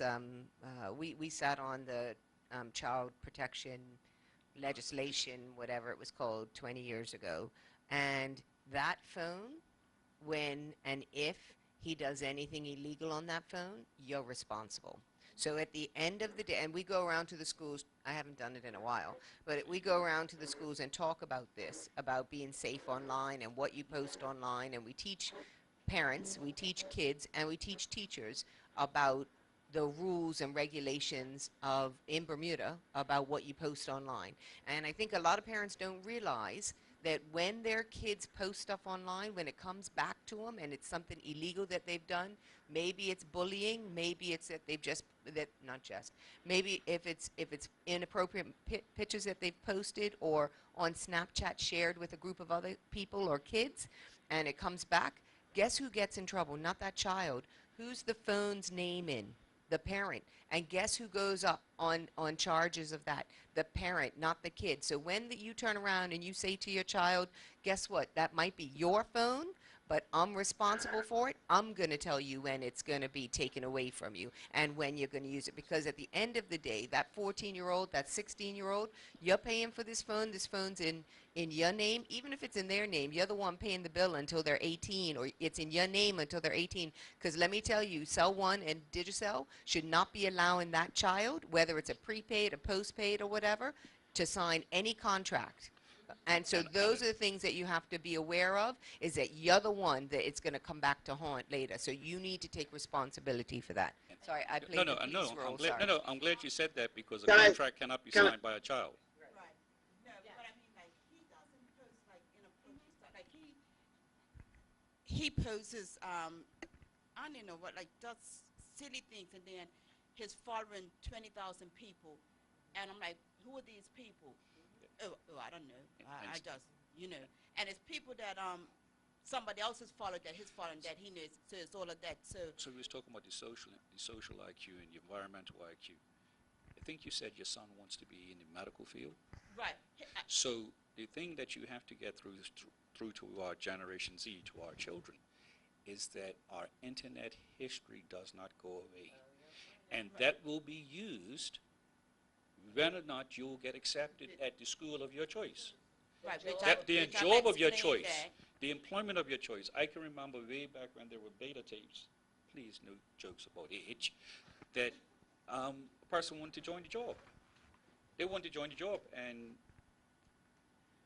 there was tapes. And that was before it actually got on the internet. So I'm saying to you, there's repercussions. Stuff like comments that you make. I keep on thinking I'm going to get blocked when I go through the U.S. because I'm not fussed about the current president.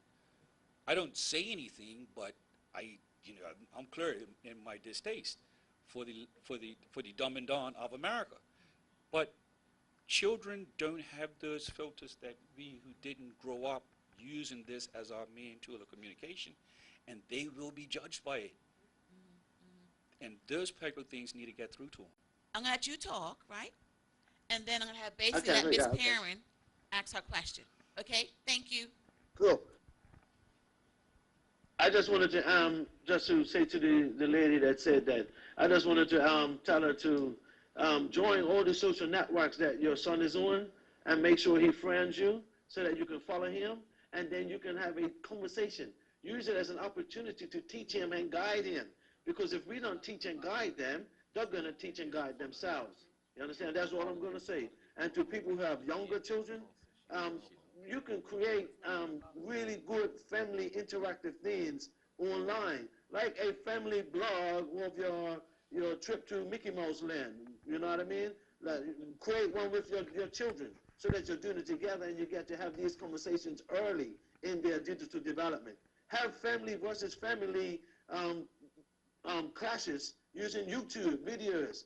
Or invite a family over and have a class with different YouTube videos. You know what I mean? You can do that there. These are things that you do as a family that helps to develop that digital citizenship, and you can help guide your children down this not international highway, but information highway. So join the social networks he's on. Don't ban him, because if you ban him, you stop him from learning. You understand? It drives me crazy when you go play. People say, ban this and ban that and ban this. Well, what the devil are they going to learn it? Why are you worried? Because you didn't have the opportunity to guide him and teach him. So if you give yourself the opportunity to guide him and teach him, and then let his learning take him the route, that's more than a minute. But that's just my thing for you, miss. Can I jump in right with that? And support that? And support with you. Is it something separate, or you? Mine really wasn't a question. It was just pointing out that one of the iOS updates on the iPad has downtime where you can have app limits, you can have things you want to block, things you want to allow, and it actually shows how much time your child is on their Screen device, time. their screen time. Screen time. So it's monitoring their whole screen time. So this is one way of monitoring it. With my girls, I have two young girls. One is 11, the other one is going on 7, and they're on, like what you said, the cloud. It's connected.